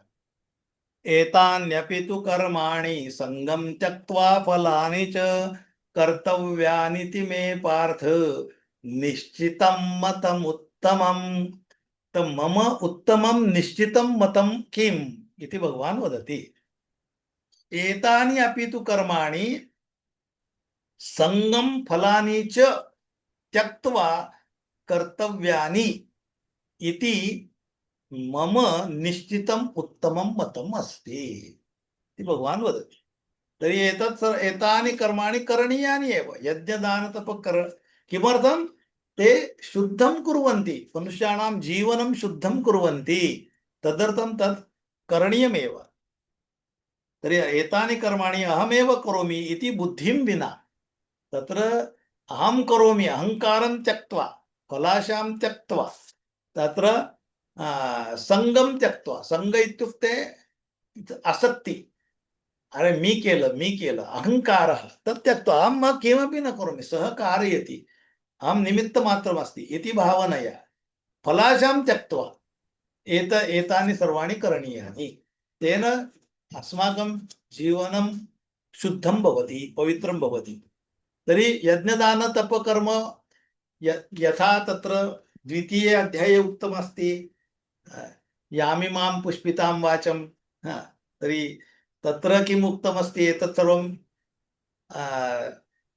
यत्र मीमांसा, तत्र मीमांसकाः पूर्वमीमांसा मध्ये कर्मकाण्डम् उक्तमस्ति, तद् न करणीयम् इति किञ्चित् दोषाय इति तत्र वा न्यूनमिति द्वितीय अध्याये किम् उक्तमस्ति तत्रैव स्पष्टीकरणं कृतमस्ति। अनन्तरम् एतद् दोषाय नास्ति, तत्र सङ्गः दोषः, एतत् सर्वं करणीयमेव। पूर्वमीमांसा मध्ये यत् कर्मकाण्डम् उक्तमस्ति तत् करणीयमेव, तत् न त्यक्तव्यं, किन्तु तत्र फलाशा त्यक्तव्या। काम्या कर्म इति न तदर्थं न करणीयं, किमपि आवश्यकं तदर्थं न करणीयं। मम कृते किमपि आवश्यकम् इति भावनां त्यक्त्वा तत् कर्म करणीयमेव इति भगवान् अत्र स्पष्टतया वदति। तर्हि एतानि कर्माणि अहमेव करोमि इति बुद्धिं विना, इत्युक्ते सङ्गं त्यक्त्वा फलम् अपि त्यक्त्वा फलापेक्षां च विना तत् कर्तव्यानि इति यद् निर्णीयते तदेव मम परमं मतम् इति जानीहि। एतद् ये जनाः तादृशं वदन्ति ते मम एव मतं वदन्ति। चत्वारः जनाः चतुर्भिः प्रकारैः त्यागस्य ज्ञान संन्यासस्य विषये वदन्ति। तत्र ये जनाः तादृशं वदन्ति फलाशां त्यक्त्वा कर्म यज्ञ दान तप कर्म करणीयमेव, तद् मम एव मतमस्ति इति भगवता स्पष्टीकृतमस्ति। अत्र निश्चितं मतम् उक्तमस्ति, एतत् सर्वाणि कर्माणि तु करणीयानि, किन्तु सङ्गं त्यक्त्वा फलं त्यक्त्वा। तर्हि कर्मसन्न्यासः न करणीयः, कर्मणां सन्न्यासः न करणीयः। सन्न्यास इत्युक्ते कर्मणां सन्न्यासः नास्ति, फलाशायाः सन्न्यासः अस्ति। सन्न्यासः वा त्यागः इत्युक्ते न केवलं कर्मणां सन्न्यासः नास्ति, अपि तु तत् कर्मणः पृष्ठतः या कामना अस्ति तस्याः फलाशायाः त्यागः इति सन्न्यासः इति भगवता स्पष्टं मतमस्ति। अतः पुनः तस्य दृढीकरणार्थम् अग्रिमे श्लोके वदति, नियतस्य तु सन्न्यासः कर्मणो नोपपद्यते, मोहात् तस्य परित्यागः तामसः परिकीर्तितः। अत्र तु स्पष्टीकृतमस्ति, नियतं कर्म यदस्ति, भगवता दत्तं नियतं कर्म इत्युक्ते यस्य यस्य यद्यत् क्षेत्रमस्ति तत्र भगवता दत्तं कार्यं तस्य कृते अस्ति। उदाहरणार्थं सैनिकस्य कृते देशरक्षणं, शिक्षकस्य कृते पाठनं, वैद्यस्य कृते रुग्णसेवा, सर्वेषां कृते एकैकं नियतं कर्म दत्तमस्ति भगवता। तद् नियतं कर्म यः त्यजति त योग्यं नास्ति, न उपपद्यते, न युज्यते, न योग्यम्, अयोग्यम् इति अर्थः। तर्हि यद् नियतं कर्म अस्ति तस्य त्यागः न करणीयः। अत्र नियतस्य कर्मणः तु सन्न्यासः न उपपद्यते, ते न करणीयम्, एतत् त्याज्यं, त्यक्तव्यम्। यद्यत् किं तत्र योग्यं नास्ति, न उपपद्यते इत्युक्ते अयोग्यं, योग्यं नास्ति। किं योग्यं नास्ति? परित्यागः, सन्न्यासः। कस्य सन्न्यासः वा परित्यागः? यद् नियतं कर्म अस्ति तस्य परित्यागः।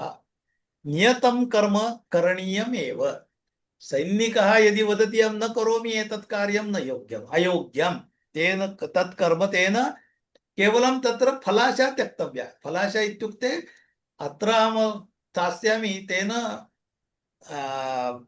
मासस्य प्रथमे दिनाङ्के अहं वेतनं प्राप्नोमि, तदर्थं यः शिक्षकः कार्यं करोति वा सैनिकः करोति वा रुग्णसेवां करोमि तर्हि धनं प्राप्ति भविति, धनप्राप्त्यर्थं रुग्णसेवां करोमि इति यदि वैद्यः चिन्तयति तत्र संगः अस्ति, तत्र पलाशा अस्ति।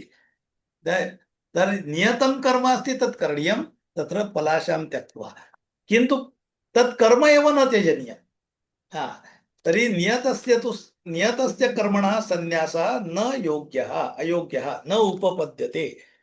यः कोऽपि तस्य मोहात् परित्यागं करोति सः तामसः, सः त्यागः तामसः इति। त्यागस्य त्रयः प्रकाराः भगवान् उक्तवान्।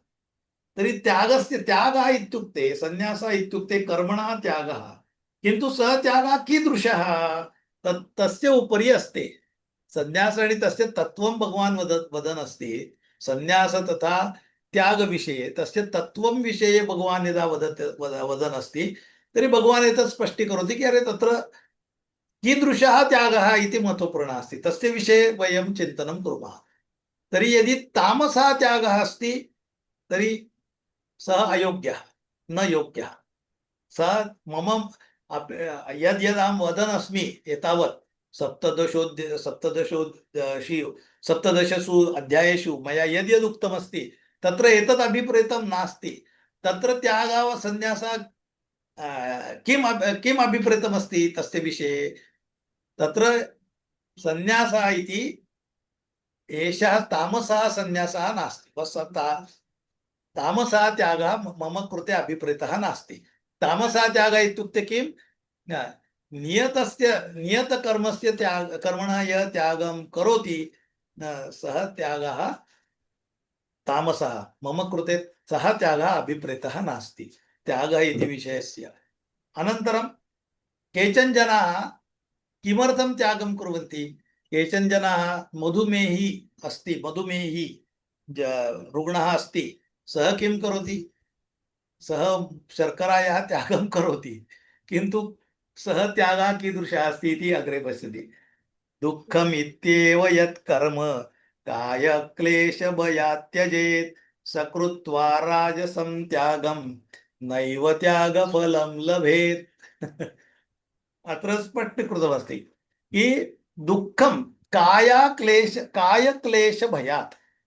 कायस्य क्लेशः कायक्लेशः, कायस्य इत्युक्ते शरीरस्य क्लेशः, तस्य कायक्लेशात् भयं, कायक्लेशभयं, शरीराला काहीतरी त्रास होईल या भयानं, या भयानं केलेला त्याग आहे। हे शरीराला मधुमेह आणि साखर खाल्ल्याने होईल त्रास या भयानी साखरेचा त्याग केलेला आहे। कायक्लेश भयात शर्करा त्यक्ता अस्ति मधुमेही रुग्णेन। वा वयम् अस्माकं सम्भाषण शिबिरे पाठयामः, कथां श्रावयामः, कस्य शृगालस्य कथां द्राक्षफलानि आम्लानि अहं न इच्छामि, सः द्राक्षफलानां त्यागं करोति। सः त्यागः कीदृशः अस्ति? फलाशा तु अस्ति, किन्तु इदानीं न शक्यं। द्राक्षफलानि तु उन्नतानि सन्ति, तत्र किं कूर्दनं कृत्वा अपि न शक्यं। तर्हि कायक्लेशभयात् सः त्यजति द्राक्षफलानि आम्रफलानि द्राक्षफलानि आम्लानि एव इति उक्त्वा त्यागं करोति, सः त्यागः। वा मधुमेही यः त्यागं करोति, वा अहमपि त्यागं करोमि BMW अहमपि BMW न स्वीकरोमि, त्यागं करोमि BMW। किमर्थं? सामर्थ्यमेव नास्ति, अतः त्यागं करोमि। सः त्यागः कायक्लेशभयात् कृतः त्यागः, किं राजसः इति उच्यते। तर्हि कायक्लेशभयात् दुःखम् इति एव यत् कर्म त्यजेत् सः राजसं त्यागं कृत्वा त्यागफलं न एव लभेत्। तस्य कृते त्यागं कृत्वापि त्यागफलं न लभते। त्यागः कृतः अस्ति, अतः त्यागः उत्तमः अस्ति, अतः तस्य लाभः आवश्यकः, किन्तु राजसः त्यागः अस्ति, तस्य फलं न प्राप्यते इति उक्तमस्ति। एषः राजसः त्यागः। अग्रे तामसः त्यागः, एतस्य हानिः अपि नास्ति, किन्तु प्राप्तिः अपि नास्ति राजसः त्यागस्य। सात्विकः त्यागः अपेक्षितः। सात्विकः त्यागः इत्युक्ते किं? फलाशः त्यागः। नियतं कर्म करोति किन्तु फलाशां त्यजति, सः त्यागः सात्विकः त्यागः, तस्य लाभः भवति। सः त्यागः अपेक्षितः भगवता, किन्तु राजसः त्यागः न अपेक्षितः। कायक्लेशभयादेव त्यक्ताः अस्ति अतः। किन्तु सात्विकः त्यागः कीदृशः? तामसी त्यागः इत्युक्ते नियतकर्मणः त्यागः इति तामसः त्यागः, सः न अपेक्षितः। राजसः त्यागः अपि न अपेक्षितः, सात्विकः त्यागः अपेक्षितः। तर्हि सात्विकः त्यागः कः इति भगवान् वदति। कार्यम् इत्येव यत् कर्म नियतं क्रियते अर्जुन, संगं त्यक्त्वा फलं चैव स त्यागः सात्विको मतः। अत्र सात्विकः त्यागः मम मतेन किम् इति स्पष्टतया उक्तमस्ति। हे अर्जुन, संगम फलं च एव त्यक्त्वा, संगम त्यक्त्वा फलं त्यक्त्वा च एव सः त्यागः। हे अर्जुन, संगम फलं च एव त्यक्त्वा कार्यम् इति एव, एतत् मम कार्यमस्ति। कार्यमत्र अत्र यत् प्रत्ययः अस्ति, कार्यमित्युक्ते कर्तव्यमेव इति, एतत् मया करणीयं। ण्यत् प्रत्ययः अस्ति, ण्यत्। तत्र अस्माभिः तत्र सप्त के कृत्य प्रत्ययाः सन्ति। तव्य, तव्यत्, अनियर्, क्यप्, यत्, ण्यत्। तर्हि अत्र ण्यत् प्रत्ययः अस्ति। कार्यं, कृ धातु, केलंच पाहिजे, केलंच पाहिजे इति यत् कार्यं व कर्तव्यं व करणीयं, करणीयम् इति अर्थे। एतत् करणीयमेव इति यस्य कार्यम् इति एव करणीयमेव इति विचिन्त्य कृतं। संगम फलं च एव त्यक्त्वा करणीयम् इति एव यत् नियतं कर्म क्रियते सः त्यागः सात्विकः मतः। फलाशयः व संगस्य त्यागः इति सात्विकः त्यागः इति तत्र उक्तमस्ति। तर्हि ज्या त्यागाने हे कर्म केलं जातं, करणीयं कर्म, नियतं कर्म, तो त्याग सात्विक आहे। हे अर्जुन, अहम करोमि इति कर्तृत्वाभिनिवेशं विना, फलापेक्षा च विना, मया इदम अवश्यम कर्तव्यम इति बुद्ध्या यह कर्म करोति, तत्र यह अभिविनेशस्य तथा फलस्य त्यागः सह सात्विकः त्यागः इति उच्यते। सात्विक त्याग म्हणजे काय? मी केलं हा जो ममत्व आहे किंवा अहंकार आहे तो त्यागून हे काम मी केलं म्हणजे काय? मी केलं, कसलं कौतुक सांगतोस? मी केलंच पाहिजे, ते माझं कर्तव्यच होतं, ह्या भावनेने जो करतो, भगवंतानी माझ्यासाठी नेमून दिलेलं काम आहे, ते मी केलंच पाहिजे। संस्कृत भारत्याः कार्यं राष्ट्रकार्यमस्ति तद् मया करणीयमेव इति भावनया यत् कर्म क्रियते तत् सात्विक कर्म अस्ति। अन्यथा अरे अहं करोमि, अहम् अध्यक्षः, अहं केवलम् एतत् सर्वं करोमि, अहं करोमि इति अहङ्कारः तत्र भवति, तर्हि तत् सात्विकः न भवति। फलाशां त्यक्त्वा इत्युक्ते फलासक्तिं त्यक्त्वा, संस्कृतस्य प्रचारं कुर्मः, कार्यं मम कृते भगवता दत्तमस्ति, अतः मया तु करणीयं, किन्तु तेन सर्वत्र भवति एव इति च निष्कास्य आसक्ति त्यक्त्वा मया करणीयं, फलं भगवान् ददाति, फलं भगवतः अस्ति दद्यात् न दद्यात् इति भगवतः कार्यमस्ति, मम कार्यमस्ति, तत् कार्यं करणीयम् इति भावनया यः करोति, फलाशां त्यक्त्वा अहङ्कारं त्यक्त्वा सः अहङ्कारस्य त्यागः, फलाशायाः त्यागः इति सात्विक त्यागः इति भगवान् वदति। तर्हि त्यागस्य विषये, कर्म संन्यासस्य विषये भगवान् अत्र सर्वं स्पष्टीकरोति। कर्मणः पुनः वदति, तृतीयाध्याये मया यद् उक्तमासीत्, कर्मणा त्यागः तु न शक्यः, कस्यचिदपि कृते न शक्यम्, अतः कोऽपि कर्तुं नैव न शक्नोति, तदेव अत्र पुनः स्पष्टीकरोति। न हि देहभृता शक्यम्। महोदय एक प्रश्न अस्ति हा। अत्र तात्पर्यं मध्ये अस्ति कर्तृत्वाभिनिवेशं हा कर्तृत्व अभिनिवेशं हा एव अस्ति वा? कर्तृत्वस्य अभिनिवेशः म्हणजे मी केलं हा अभिनिवेश म्हणजे असा स्वभाव विचार. अभिनिविश धातु अभिनिवेशस्य कर्तृत्वविषये अभिनिवेशः तस्य विहाय मया कृतम् इति चिन्तनं यदस्ति अहङ्कारः तस्य विना यत् क्रियते मया एतत् कर्तव्यमेव करणीयमेव इति भावनया क्रियते. मया कृतम् इति त्यक्त्वा अतः अहङ्कारं त्यक्त्वा इत्युक्ते सङ्गं त्यक्त्वा सङ्गा इत्युक्ते तादृशः एव सङ्गं त्यक्त्वा पलाशां त्यक्त्वा यत् क्रियते तद् महत्त्वपूर्णम् अस्ति. सः त्यागः सात्विकः त्यागः. किन्तु कर्मणा विषये भगवान् किम् अग्रे वदति न हि देहभृता शक्यं त्यक्तुं कर्माण्यशेषतः यस्तु कर्मफलत्यागी स त्यागीत्यभिधीयते. तर्हि त्यागी कः इति महत्त्वपूर्णः अस्ति.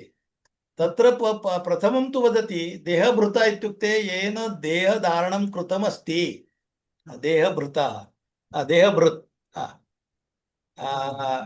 देहधारणं देहं बिभर्ति इति देहभृत्. बिभर्ति इत्युक्ते धारण करतो वा पोषणं करोति धारणं पोषणं करोति येन देहभृत्. अत्र कर्तरि क्विप् उपपत् समासः अस्ति. देहं बिभर्ति इति देहभृत् इत्युक्ते देह धारण करणारा देहाचं धारण करून पोषण करणारा शरीरधारिणाः इति अर्थे अस्ति. येन यत् शरीरं स्वीकृतमस्ति इत्युक्ते तत्र ब्रह्मतत्त्वस्य एव अंशः क्षेत्रज्ञः. किन्तु तेन इदानीं देहः स्वीकृतः अस्ति अतः देही अस्ति देहिन्. देह यस्मिन् वा यस्य अस्ति इति मतुवर्थे देहिन् इति प्रातिपदिकं भवति. समानार्थे देहभृत् प्रत्ययः भिन्नः. अत्र उपपत् समासः अस्ति. देहं बिभर्ति इति देहभृत् अर्थः समानः देहिन् येन देहधारणं कृतमस्ति शरीरधारणं कृतमस्ति तस्य कृते अशेषतः किमपि अशेष किमपि शेषं न काही राखून न ठेवता पूर्णपणे संपूर्णम अशेषतः इत्युक्ते संपूर्णं सर्वात्मना पूर्णतया शक्य एव नास्ति तस्य कृते न शक्यं. यः कोऽपि देहधारी अस्ति तस्य कृते संपूर्णतया त्यागः न शक्यः. कस्य त्यागः? कर्माणां त्यागः न शक्यः. कस्य कृते? येन देहधारणं कृतमस्ति तस्य कृते कर्माणि तु आवश्यकानि एव भवन्ति. तृतीयाध्याये समानमेव उक्तमस्ति. अतः देहभृता अशेषतः इत्युक्ते पूर्णतया कर्माणि त्यक्तुम् अशक्यं न शक्यं. यः च अतः कर्मफलत्यागी सः त्यागी इति अभिधीयते इति कथ्यते. कर्मत्याग करू शक्यच नाही कोणालाही म्हणून कर्मत्याग करणाऱ्याला कर्मत्यागी म्हणत नाही. ज्यांनी देह धारण केलाय त्याला म्हणजे जो या प्रकृतीमध्ये आलेला आहे त्याला कर्म आवश्यक आहे. आता देह धारण केलाय म्हणजे श्वास आला अन्न खाणं आलं. कोणी संन्यासी वनात गेला म्हणून काय तो उपाशी नाही राहू शकत. संन्यास घेतलेले जे आहेत म्हणून संसार त्याग केलाय पण म्हणून काय भूक त्याग नाही करू शकत. फार फार तर एक दिवसाच्या ऐवजी 2 दिवस जेवणार नाही 3 दिवस जेवणार नाही. कधीतरी तर जेवावंच लागेल. जेवण पाहिजे म्हणजे अन्न पाहिजे. स्वतः नाही शिजवलं तरी कोणीतरी शिजवावंच लागेल आणि कोणीतरी शिजवलेलं भीक मागायला तर भीक मागणं हे तरी काम करावंच लागेल. भिक्षां देही इति वक्तुं तु एतत्तु कर्म एव अस्ति एव. तर्हि अशक्यमेव. आणि अगदी जरी म्हणाला की नाही मी खातच नाही, संपूर्ण उपवास करतो, महिनाभर मरेपर्यंत आमरण उपोषण करतो, खात नाही, ठीक आहे, श्वास तर घेतो की नाही भाऊ? श्वास तर घ्यावाच लागेल महिनाभर. श्वासाचं कर्म तर करावंच लागेल. शरीराच्या देहाच्या ज्या गोष्टी आहेत त्या तर कराव्याच लागतील. त्या तर भवन्ति एव. अतः येन देहधारणं कृतमस्ति तस्य कृते कर्मणा त्यागः अशक्यः. पूर्णतया त्यागा न शक्य. मग त्याग कशाला म्हणायचं? कर्मफलत्यागः. यः परमफलत्यागी अस्ति कर्मणां फलं कर्मफलं कर्मफलस्य त्यागी इति कर्मफलत्यागी. महोदय दशमं श्लोकः न अभवत्। दशमं हा हा एक अवशिष्टं हा अस्तु अस्तु हा तर्हि प्रथमम् एतत् कुर्मः प्रथमे अन्ते कि कर्मणा त्यागः न शक्यः तस्य कृते। नवमे श्लोके उक्तमस्ति यत् कर्म संगम त्यक्त्वा करोते फलाशः त्यागः इति सात्विक त्याग योग्य। हा नवमे दशमे श्लोके वदामि। धन्यवादः तत्र विस्मृतवान् अग्रे। न द्वेष्ट्य कुशलं कर्म कुशलेनानुषज्यते त्यागी सत्त्वसमाविष्टो मेधावी छिन्न संशयः। अत्र एतदुक्तमस्ति अतः यत् कर्म कर्मणा त्यागः तु न शक्यः फलाशयः त्यागः करणीयः सः सात्विकः त्यागः। तर्हि यः सत्त्वसमाविष्टः इत्युक्ते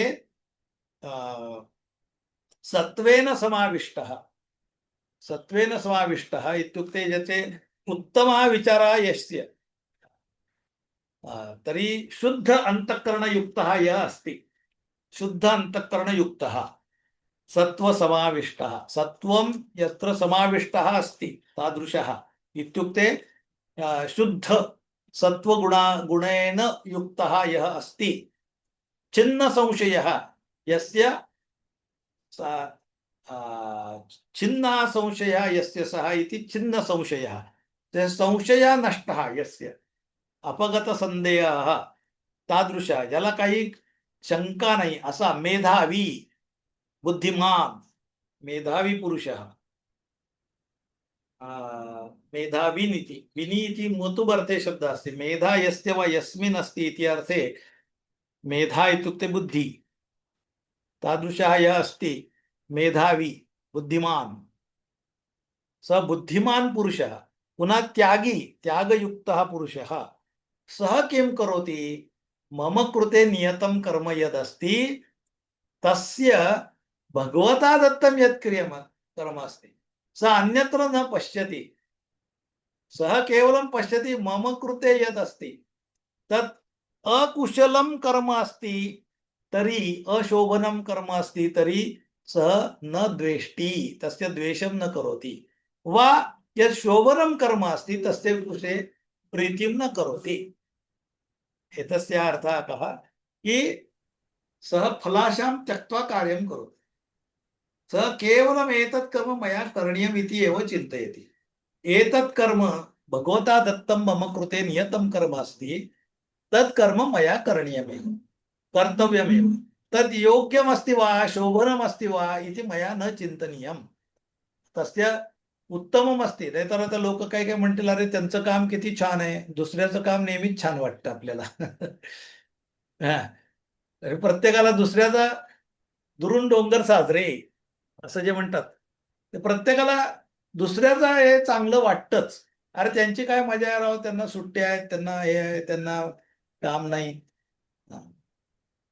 सैनिकाच्या बद्दल आपण म्हणू त्याला काय बाकी इतरकडे बुद्धीचा अभ्यास वगैरे काय नाही त्याला शस्त्र घेऊन तिथे उभं राहायचं वगैरे बस एवढंच असं प्रत्येकालाच प्रत्येकाविषयी वाटतं की अरे त्याची मजा आहे बुवा त्याला काय किंवा आर्मी मधल्या लोकांना किती सवलती आहेत बुवा त्यांना किती त्यांचं आर्मीचं हे असतंय सवलतीच्या दरात वस्तू मिळतात त्यांचं कॅन्टीन असतं तिथे सगळं हे आपल्याला त्यांना चांगल्या गोष्टी दिसतात पण बाकीचं काय ते सगळं आपण बघत नाही पण हा तो विचार करत नाही की मला हे छान आहे म्हणून आर्मीत मी जात नाही जो आर्मीत येतो का तिथे कॅन्टीन आहे आणि सवलती मिळतात आणि आम्हाला इतर काय काय मिळतं म्हणून मी किंवा चांगला पगार मिळतो म्हणून मी जातो हा विचार करून तो जात नाही. किंवा डॉक्टर सुद्धा मला खूप पैसे मिळतात या व्यवसायात म्हणून जो वैद्य तो करत नाही. हा म्हणजे चांगला माणूस करत नाही. जो त्याचं वर्णन आधी केलंय की जो कोण सत्व समाविष्ट असते, छिन्न संशय वैद्य, मेधावी वैद्य, त्यागी वैद्य, तस्य.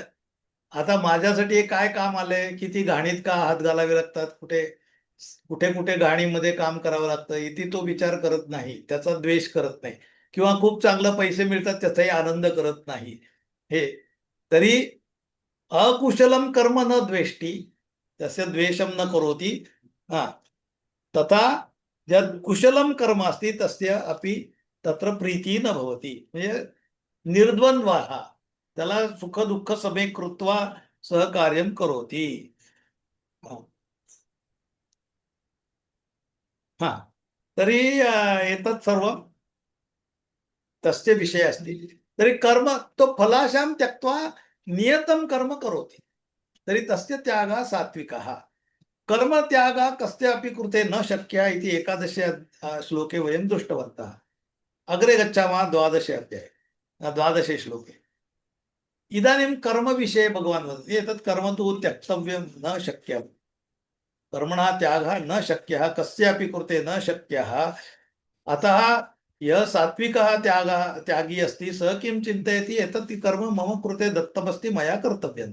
तद् योग्यमस्ति वा उत्तममस्ति वा तस्य प्रीतिं न करोति, आणि उत्तमं नास्ति चेत् तस्य द्वेषमपि न करोति. मया एतत् करणीयमेव. तर्हि कर्मणा फलं तु भवति पुनः. एतत् सर्वम् एतत् कर्मविषये इदानीम् उपसंहारः अस्ति. अतः पुनः पुनः विषयः आगच्छति. कर्मफलं तु भवति, फलाशां त्यक्त्वा करोति उत्तमं, किन्तु तस्य फलं तु भवति. सैनिकः उत्तमं कार्यं करोति, देशस्य रक्षणं करोति, पुण्यकर्म अस्ति, अतः तस्य कृते पुण्यलाभः तु भविष्यति. पुनः यः नीचः अस्माकं प्रियः राउतादिजनाः कार्यं कुर्वन्ति तस्यापि फलं तु भवति. तर्हि फलं विषये किं, किन्तु तस्य फलं भवति, अतः बन्धनं भवति. तथा भगवान् वदति अनिष्टं मिष्टं मिश्रं च त्रिविधं कर्मणः फलं भवत्यत्यागिनां प्रेत्य न तु सन्न्यासिनां क्वचित्. आता ये सन्न्यासिनः ये सन्ति, सन्न्यास इत्युक्ते इदानीं किम् उक्तमस्ति, ये फलाशां त्यक्त्वा सात्विकं त्यागं कुर्वन्ति. सात्विकत्यागः सात्विकसन्न्यासः येषाम् अस्ति इत्युक्ते फलाशायाः सन्न्यासः येषाम् अस्ति, तेषां कृते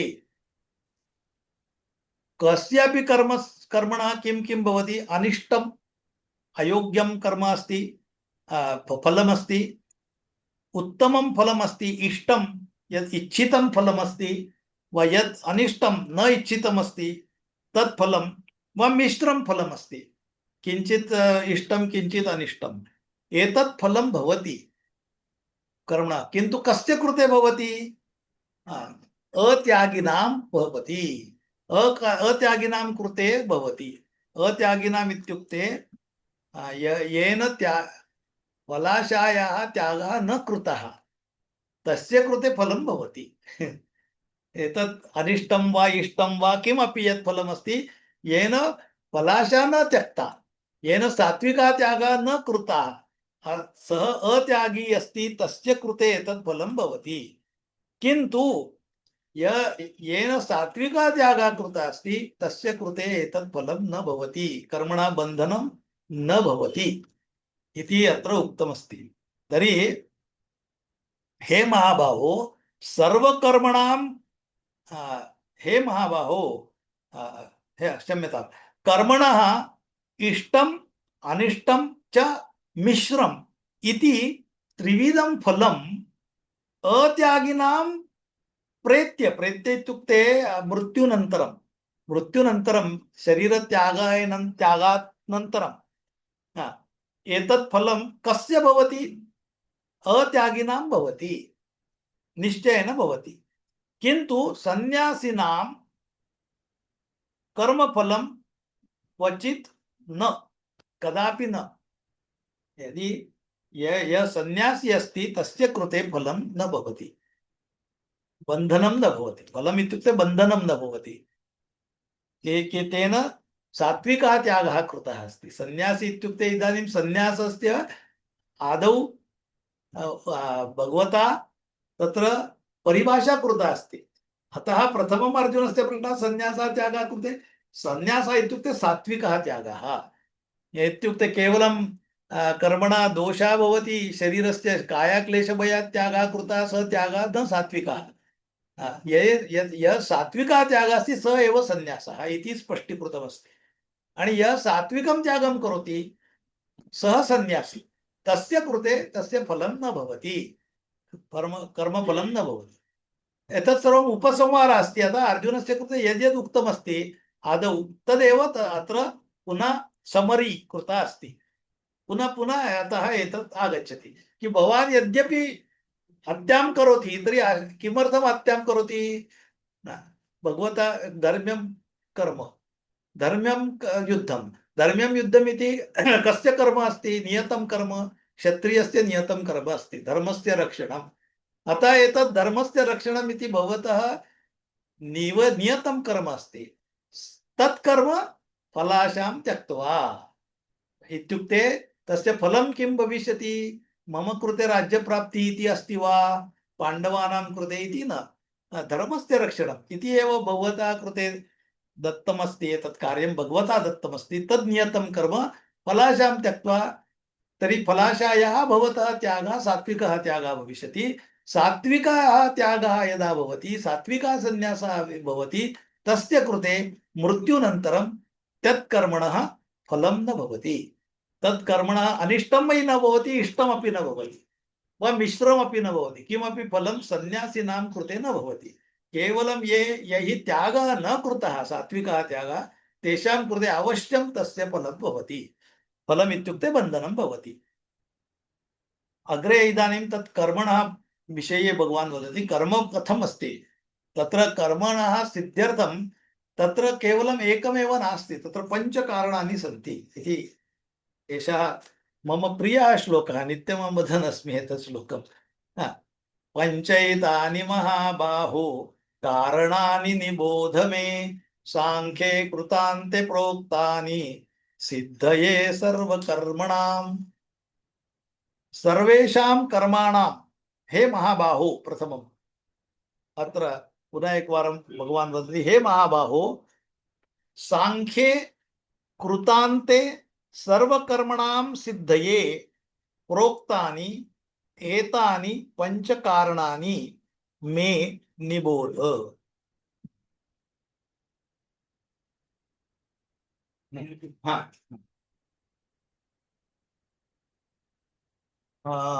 सांख्य अत्र सति सप्तमी रूपमस्ति। सांख्ये, सांख्ये तस्य सप्तमी अस्ति। सांख्ये कृतान्ते अत्रापि सप्तमी अस्ति। कृतान्ते कृतानां कर्मणाम् अन्तः समाप्तिः इति कृतान्तः। तर्हि तस्मिन्, तर्हि सांख्यैः यद् उक्तमस्ति, कर्म यत् कृतान्त कर्म कृतमस्ति तस्य अन्ते, तर्हि सर्वकर्मणां सिद्धये, सर्वकर्मांच्या सिद्धीसाठी, सिद्ध्यर्थम, कर्मणां सिद्ध्यर्थम, सकल क्रियाणां सर्वकर्मणां सिद्ध्यर्थम प्राप्तये सांख्ये कृतान्ते, कृतान्ते इत्युक्ते कर्म समाप्ति विशिष्टे, यदा सर्वाणि कर्माणि समाप्तानि भवन्ति, येन कृतानि भवन्ति, तदा तस्य कर्मणा सिद्ध्यर्थं सिद्ध्याः कृते, सर्वेषां कर्मणाम् अन्ते, कृतान्ते तस्य सिद्ध्यर्थं कर्मणा सिद्ध्यर्थं फलप्राप्त्यर्थं सिद्ध्यर्थम् इत्युक्ते तत्र सांख्यै उक्तानि पञ्चकारणानि सन्ति तानि शृणोतु मत् शृणोतु इति। तर्हि हे अर्जुन सर्वेषां कर्मणां यत्र परिसमाप्तिः भवति कर्म करोति अनन्तरं समाप्ति भवति तर्हि तस्य फलं तर्हि यदा यत्र परिसमाप्तिः भवति तादृशे वेदान्ते सर्वकर्मणां सिद्धे आता वेदान्ते इत्युक्ते अत्र किञ्चित् भिन्न अस्ति कपिलमुनिना साङ्ख्ये यत् साङ्ख्यशास्त्रं लिखितमस्ति तत्र लिखितानि वा अत्र वेदे लिखितानि इति अर्थे साङ्ख्य इति शब्दस्य अर्थः भिन्नेषु स्थानेषु भिन्नः भवति।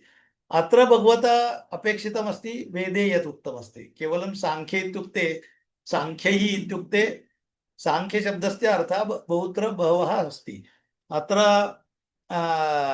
साङ्ख्यमुनि इति साङ्ख्यशास्त्रम् इति अर्थः नास्ति वेदे यद् यद् उक्तमस्ति इति अर्थः अत्र स्वीकरणीयः अस्ति। तर्हि वेदान्ते किम् उक्तमस्ति सर्वकर्मणां सिद्धये निर्णीतानि पञ्चकारणानि सन्ति मम वचनात् जानीहि। तानि यानि कारणानि सन्ति पञ्च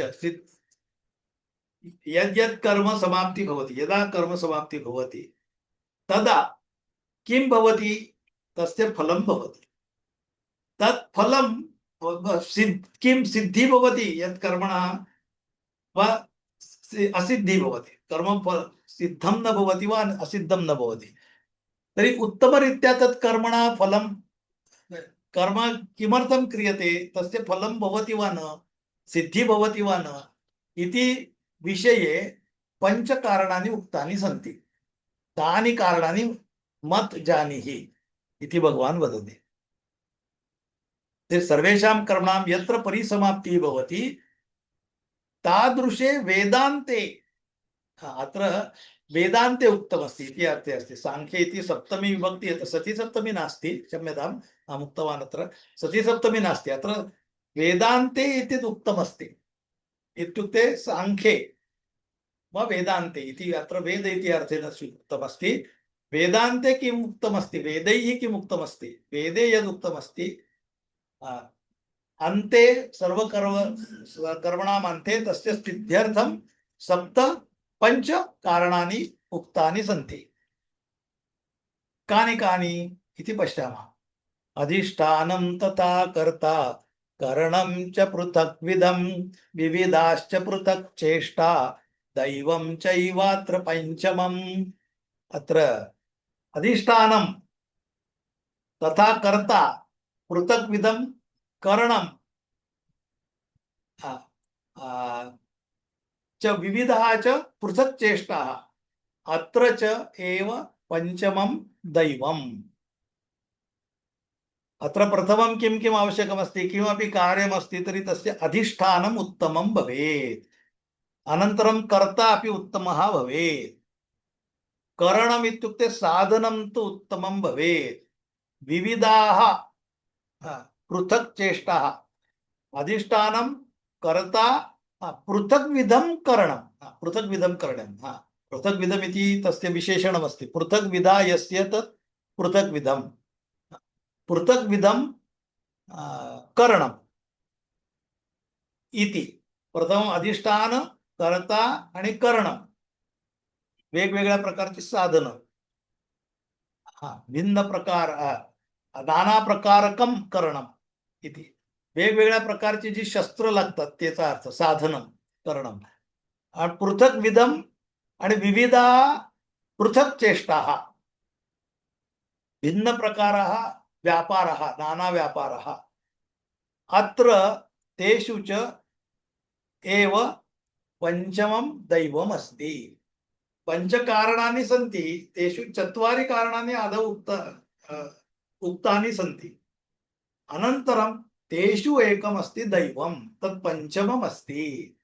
तर्हि प्रथमं किमस्ति अधिष्ठानम् अधिष्ठानम् इत्युक्ते उत्तमं तस्य कारणम् अत्र अधिष्ठानम् इत्युक्ते शरीरम् इति स्वीकृतमस्ति। अहं किञ्चित् भिन्नेन अर्थेन नित्यं वदन् अस्मि तत्र अस्माकं कृते यत् लाभाय अस्ति तद् उक्तमस्ति। अत्र अधिष्ठानम् इत्युक्ते अधिकरणम् इत्युक्ते शरीरम् इत्युक्ते लिखितमस्ति। अहङ्कारः नेत्र श्रोत्रादीनि ज्ञानसम्बन्धिनि वाक्यादादीनि वाक्यात् वाक्पादानि वाक्पादादीनि कर्मसम्बन्धिनि मनः च इति एकादश इन्द्रियाणि कार्यतः स्वरूपतः च भिन्नरूपाः प्राणापानादीनां व्यापाराः तथा एतेषां प्रेरकं दैवम् इति एतानि पञ्च सर्वेषां कर्मणां सिद्धौ कारणानि। अत्र किञ्चित् भिन्नेन अर्थेन उक्तमस्ति, किन्तु वयम् अस्माकं कृते किम् आवश्यकं तत्र अहं वदन् अस्मि नित्यं तस्य अर्थः तादृशः अपि स्वीकरणीयः अस्ति। अत्र अपेक्षितं किमस्ति, कर्म कर्तुं तस्य प्रथमं शरीरम् आवश्यकमस्ति, अधिष्ठानं।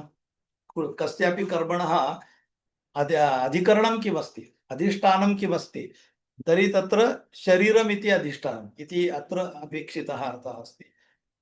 पुनः करण इत्युक्ते साधनानि इत्युक्ते नेत्रेण पश्यति, श्रोत्रेण शृणोति, तर्हि नेत्र श्रुणोति ज्ञानेन्द्रियाणि, तर्हि ज्ञानेन्द्रियाणि, वाक् वाणी पाद इत्युक्ते कर्मेन्द्रियाणि, कर्मसम्बन्धिनि इति कर्मेन्द्रियाणि आवश्यकानि, म्हणजे पृथक् चेष्टा इति। आणि मनः च इति एकादश इन्द्रियाणि, म्हणजे एतानि सर्वाणि आवश्यकानि सन्ति किमपि कर्म कर्तुं। कर्म इत्युक्ते कर्म इत्युक्ते अहं शृणोमि इत्यपि कर्म, अहं पश्यामि इत्यपि कर्म, अहं वदामि इत्यपि कर्म, अहं किमपि हस्तेन कार्यं करोमि इत्यपि कर्म। तर्हि स्वीकरणं तथा बहिः कर्म, किं वदामि, ज्ञानेन्द्रियाणि कृतं कर्म तथा कर्मेन्द्रियैः कृतं कर्म, ज्ञानेन्द्रियैः कृतं कर्म तथा कर्मेन्द्रियैः कृतं कर्म इति भिन्नं भिन्नमस्ति। तर्हि कर्म भवितुं किम् आवश्यकमस्ति, प्रथमं शरीरम् आवश्यकमस्ति इति अधिष्ठानमस्ति। द्वितीयं किम् कर्म कर्तुं किम् आवश्यकमस्ति, साधनरूपेण ज्ञानेन्द्रियाणि आवश्यकानि, कर्मेन्द्रियाणि अपि आवश्यकानि, मनः अपि आवश्यकम् इति सर्वाणि कारणानि, किं साधनानि वा करणं। पृथक् चेष्टाः, भिन्न व्यापाररूपाः क्रियाः, कार्यतः स्वरूपतः च भिन्नरूपाः प्राणापानादीनां व्यापाराः। सर्वं शरीरमस्ति, इन्द्रियाणि सन्ति, तथापि प्राण श्वासः स्वीकरणीया, उच्छ्वासः तथा प्राणापान आदि सर्वे व्यापाराः, शरीरक्रियाः सर्वाः शरीरक्रियाः, एताः पृथक् चेष्टाः। एतत् सर्वं यदि वयं कुर्मः तर्हि पुनः तस्य प्रेरकं किमस्ति, एतत् कर्तुं दैवमिति पञ्चमम् अस्ति। एतत् सर्वं एते सर्वेषां कर्मणां सिद्धौ एतानि कारणानि सन्ति इति अत्र अर्थः अस्ति। किन्तु वयं किं कुर्मः, अस्माकं कृते कम् अर्थं स्वीकुर्मः। अत्र अधिष्ठानम् इत्युक्ते यदि वयम् अस्माकं कर्म यदि चिन्तयामः, संस्कृतस्य प्रचारः प्रसारः इति अस्माकं कार्यं, नियतं कर्म। तद् नियतं कर्म कर्तुं किम् आवश्यकमस्ति, पञ्च कारणानि सन्ति, साधनानि सन्ति। एकम् अस्माकम् अधिष्ठानम्, अस्माकम् उद्दिष्टं, भारतदेशः पुनः एकवारं जगद्गुरु भवेत् इति अस्माकम् अधिष्ठानम् अस्ति, तदर्थं वयं कार्यं कुर्मः इति अस्माकम् अधिष्ठानम् उत्तमम् अस्ति। कर्ता इत्युक्ते सर्वे कार्यकर्तारः उत्तमाः, तदर्थं किम् आवश्यकं तत् सर्वं कुर्वन्ति, उत्तमं करणीयमेव। करणं साधनं, संस्कृतस्य प्रसाराय अस्माकम् उत्तमं साधनमस्ति किं, सम्भाषण शिबिरम्। तत्र सम्भाषण शिबिरेण एव वयं सम्यक् रीत्या सर्वान् जनान् पाठयितुं शक्नुमः। एतत् पाठयेम संस्कृतं जगति सर्वमानवान् इति साध्यं कर्तुं करणम् आवश्यकं, साधनम्। अस्माकं साधनम् उत्तमं भवेत्, अस्ति एव संस्कृत सम्भाषण शिबिरम् इति अस्माकं प्रथमं साधनं। कारणम् अनन्तरम् अनुवर्तनवर्गाः, अनन्तरं भाषाबोधनवर्गाः, अनन्तरं प्रबोधनवर्गाः, अनन्तरं प्रशिक्षणवर्गाः, एतानि सर्वाणि साधनानि एव। तदर्थम् उत्तमानि पुस्तकानि, एतानि सर्वाणि करणानि। पृथग्विधं चेष्टा, विविधाः चेष्टा, पृथक् चेष्टा, वेगवेगळ्या चेष्टा, प्रयत्नः। तत्र सर्वे कार्यकर्तारः मिलित्वा दायित्वं स्वीकृत्य कार्याणि कुर्वन्ति। सम्भाषणशिबिराणाम् आयोजनं कुर्वन्ति, तत्र पाठयन्ति। एतानि सर्वाणि एताः सर्वाः क्रियाः, विविधाः चेष्टाः, एतत् सर्वम् अस्ति। किन्तु तेन सिद्धिः भवति वा न? कार्यस्य सिद्धिः भवितुं दैवमिति पञ्चममपि आवश्यकम्। तर्हि चत्वारि कारणानि अस्माकं हस्ते सन्ति, पञ्चमं कारणम् अस्माकं हस्ते नास्ति, तदस्ति दैवम्।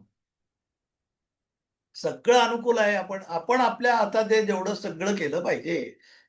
रुग्णाची सेवा, आपण हे संस्कृत भारतीत उदाहरण घेतलं। इदानीं वैद्यस्य कुर्मः, अधिष्ठानम् उत्तमं, तस्य वेदना शमनम् इति उद्दिष्टम्, अधिष्ठानम् उत्तमं, रुग्णसेवा। तदा कर्ता वैद्यकीय महाविद्यालये उत्तमं शिक्षणं प्राप्य उत्तमं सर्वं करणीयमेव तेन। अपडेट स्वतःला ठेवलंच पाहिजे। हे सगळं करणारा उत्तम कर्ता हे पाहिजेच, तर सिद्धी होईल चांगली। नाहीतर तो डॉक्टर झाला पण लक्ष दिलं नाही, कॉपी मारून पास झाला किंवा काहीतरी करून कसं तरी पास झाला, तर ते सिद्धी व्यवस्थित रुग्णसेवा होणार नाही। सिद्धी चांगली होण्यासाठी अधिष्ठान तर चांगलं पाहिजेच, कर्ता चांगला पाहिजेच, साधनं त्याला उत्तम पाहिजेत। सर्जन उत्तम आहे, पण त्याला शस्त्रक्रियासाठी साधनं जर उत्तम नसतील, शस्त्रक्रिया गृह चांगलं नसेल, तिथे जर इन्फेक्शन झालं तर सगळं करून सिद्धी होणार नाही, वाटच लागणार। त्यामुळे उत्तम शस्त्रक्रिया, ऑपरेशन थिएटर उत्तम, निर्जंतुक शस्त्राणी सर्व निर्जंतुक उत्तमानी, आधुनिक सगळी शस्त्र त्याला मिळाली पाहिजेत आणि त्याचे व्यवस्थित सगळे प्रयत्न असले पाहिजेत। आणि हे सगळं केल्यानंतर सुद्धा रुग्ण बरा होणं न होणं त्याच्या हातात नाही, ते दैवम चैवात्र पंचमम। याचं उदाहरण घेतलं आपण कृषी शेतकऱ्याचं। शेतकऱ्यासाठी सुद्धा जमीन चांगली पाहिजे, अधिष्ठानम चांगलं असलंच पाहिजे, त्याची इच्छा चांगली असली पाहिजे, करता म्हणजे त्यांनी कष्ट स्वतः केले पाहिजे, त्याचं ज्ञान त्याला असलं पाहिजे, शेतीचं कधी काय लावायचं, कधी पाणी, कधी खत, हे सगळं ज्ञान त्याला असलं पाहिजे, ते त्यांनी मिळवलं पाहिजे। तसा तो करता उत्तम असला पाहिजे शेतकरी, नाहीतर कधी काही टाकतोय अज्ञानी शेतकरी ना उपयोगाचा। साधनं उत्तम पाहिजेत त्याच्यासाठी, नांगर चांगला पाहिजे, ट्रॅक्टर पाहिजे, बी चांगलं पाहिजे, हे सगळं पाहिजे। त्यांनी सगळे कष्टही केले पाहिजेत, नुसतं सगळं आहे म्हणून होणार नाही। आणि हे सगळं करून सुद्धा शेवटी वेळेवर पाऊस पडणं, हे करणं, ते सगळं दैवम हे पाचवा हातात त्याच्या नाही। चार गोष्टी हातात आहेत, पाचव्या हातात नाही। हा सगळा अर्थ आपण इथे स्वीकारू शकतो आपल्या जीवनामध्ये घेण्यासाठी। इथे अपेक्षित अर्थ हा आहे की कुठल्याही गोष्टीसाठी हे पाच कारणं आवश्यक असतात। अस्तु, अत्र एव स्थगयामः। समयः जातः। अस्तु, तर्हि